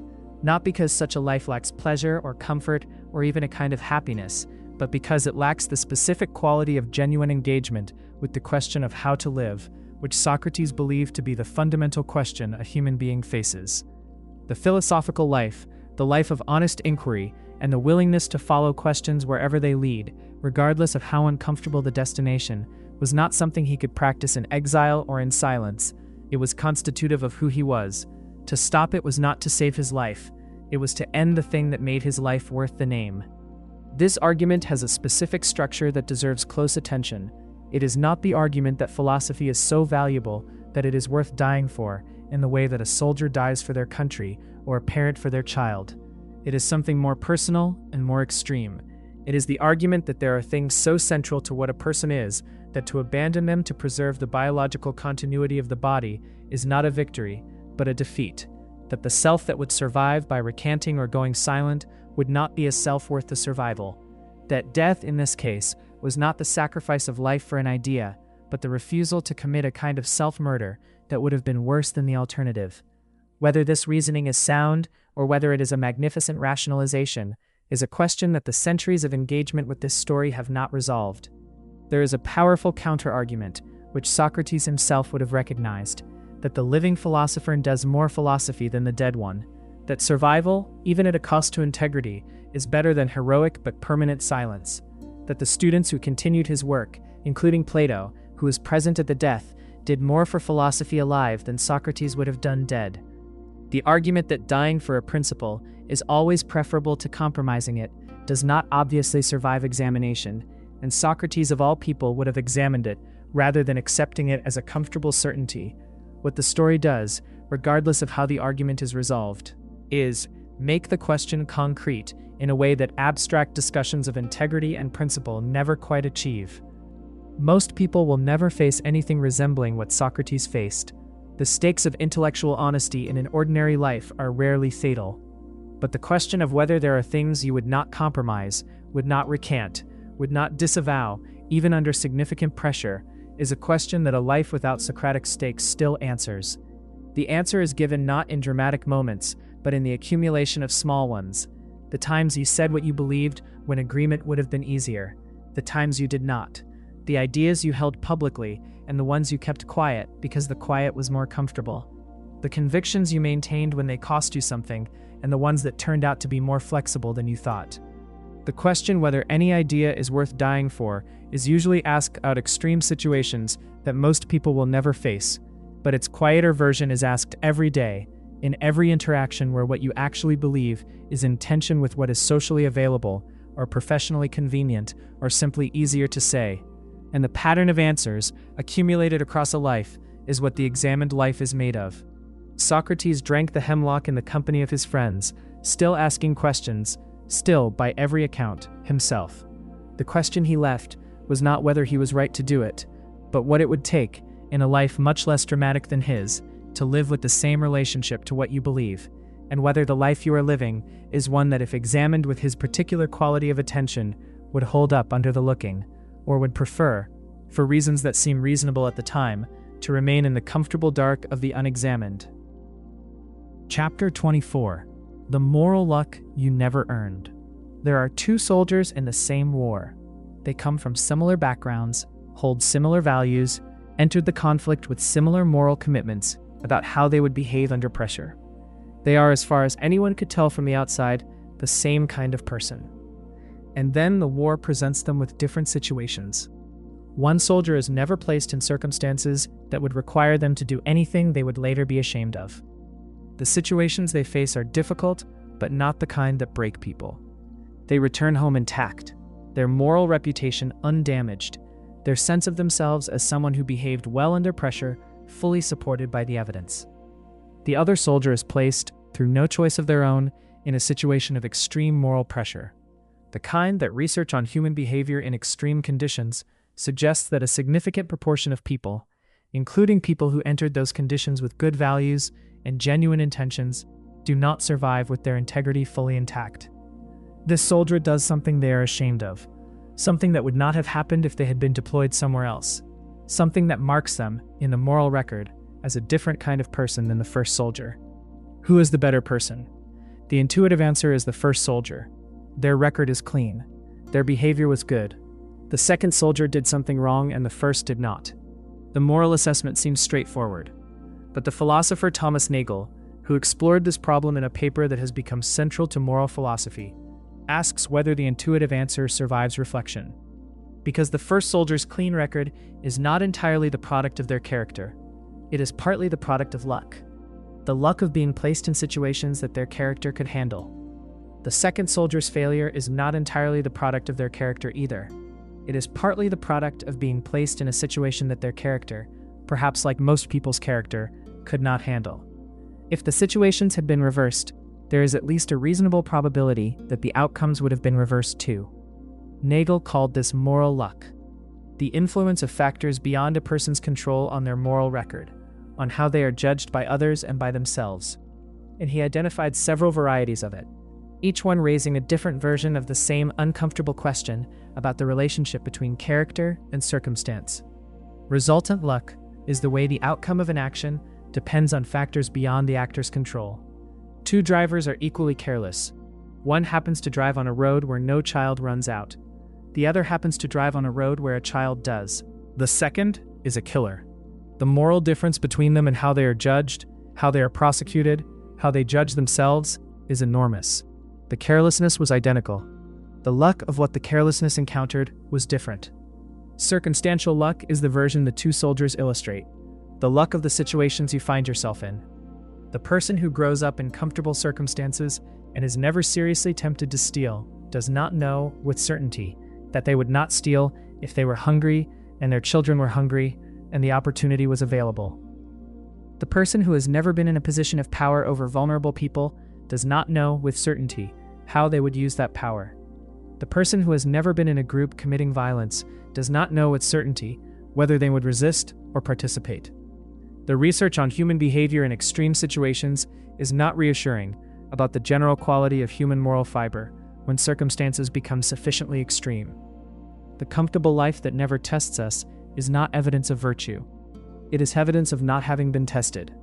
Constitutive luck is the deepest version, the luck of the character you have, not the character you built through deliberate choices, but the character you arrived with, shaped by genetics and early environment, and the particular experiences that formed you before you were in a position to consciously shape your own formation.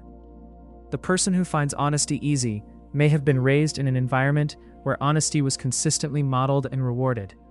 The person who finds compassion natural may have been wired in ways that make emotional attunement easier. The person who struggles with anger or impulse control or dishonesty is not necessarily a worse person than the one who does not struggle.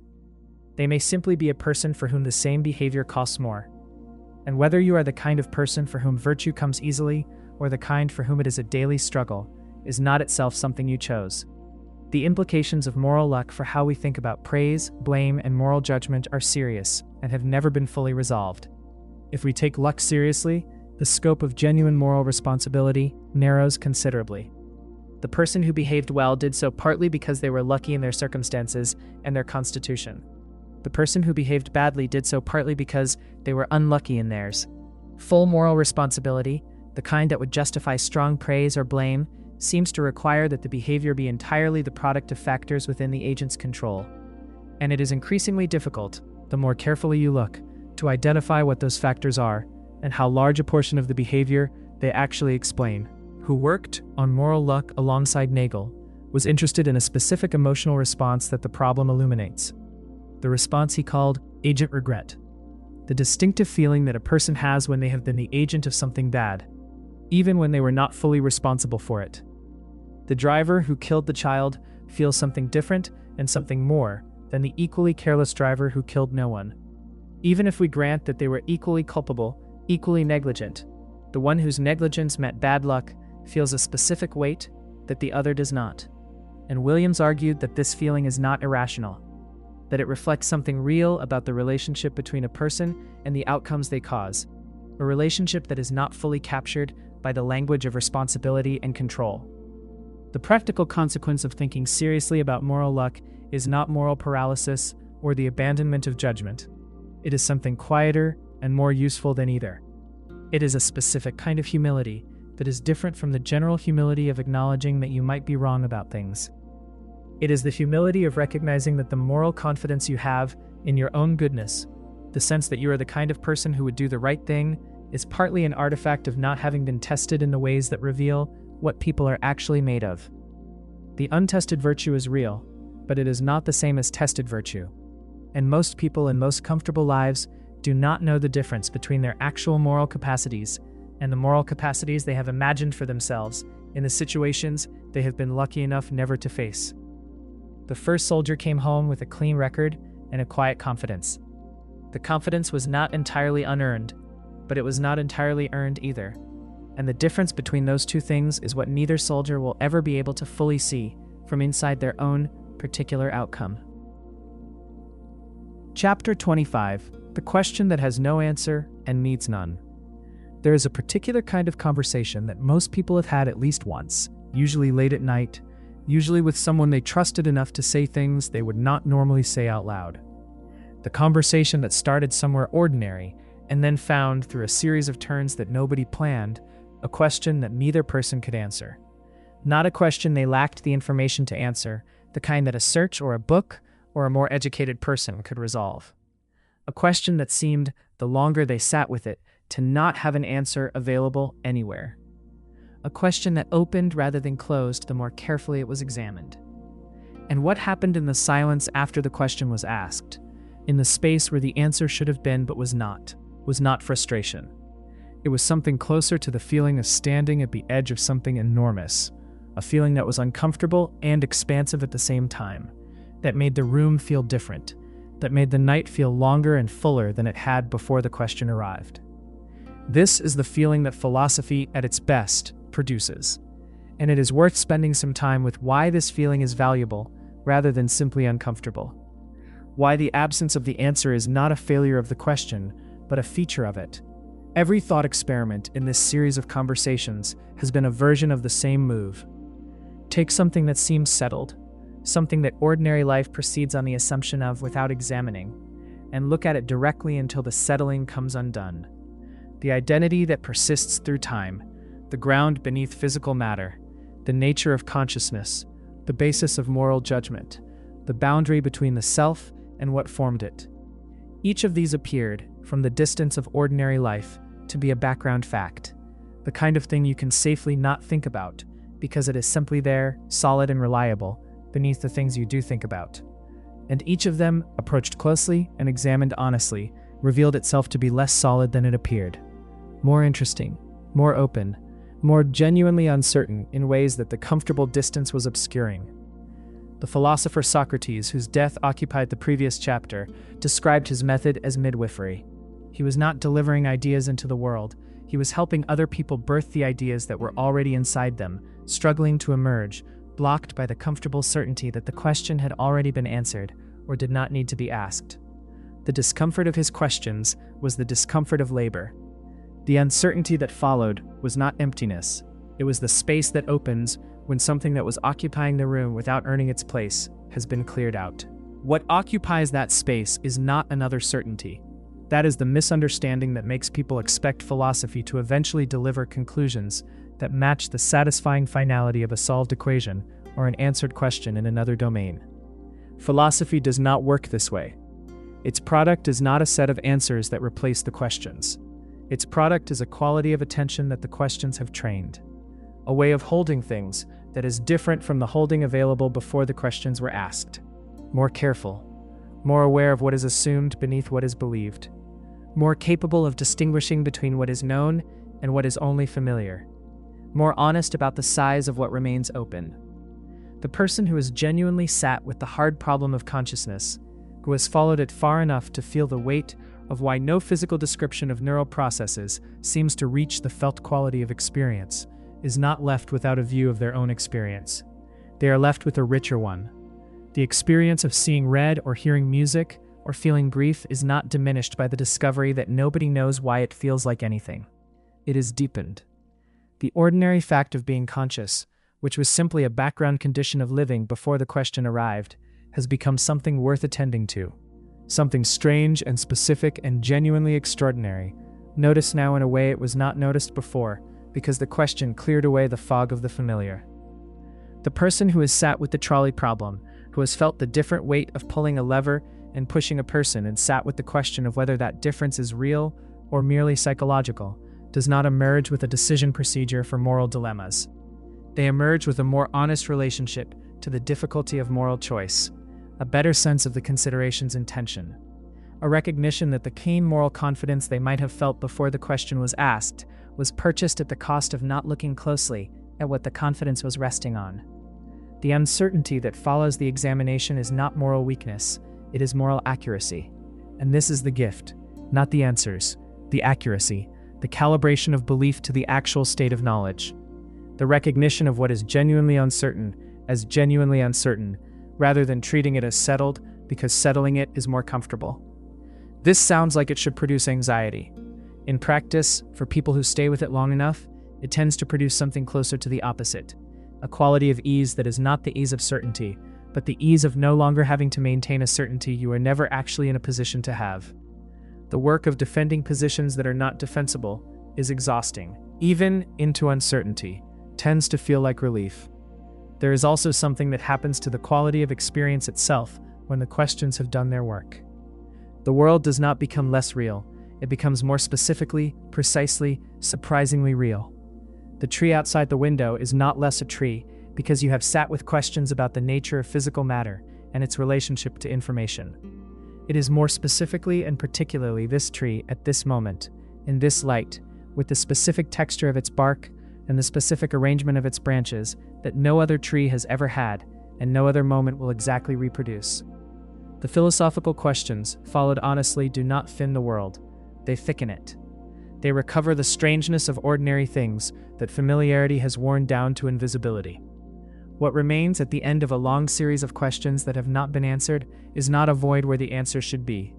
It is the awareness that has been present throughout the entire inquiry, the thing that has been doing the questioning, that has followed each question into the space where the answer was not, that has remained present through every moment of uncertainty and every failed resolution, and every discovery that the territory was larger and stranger than the map suggested.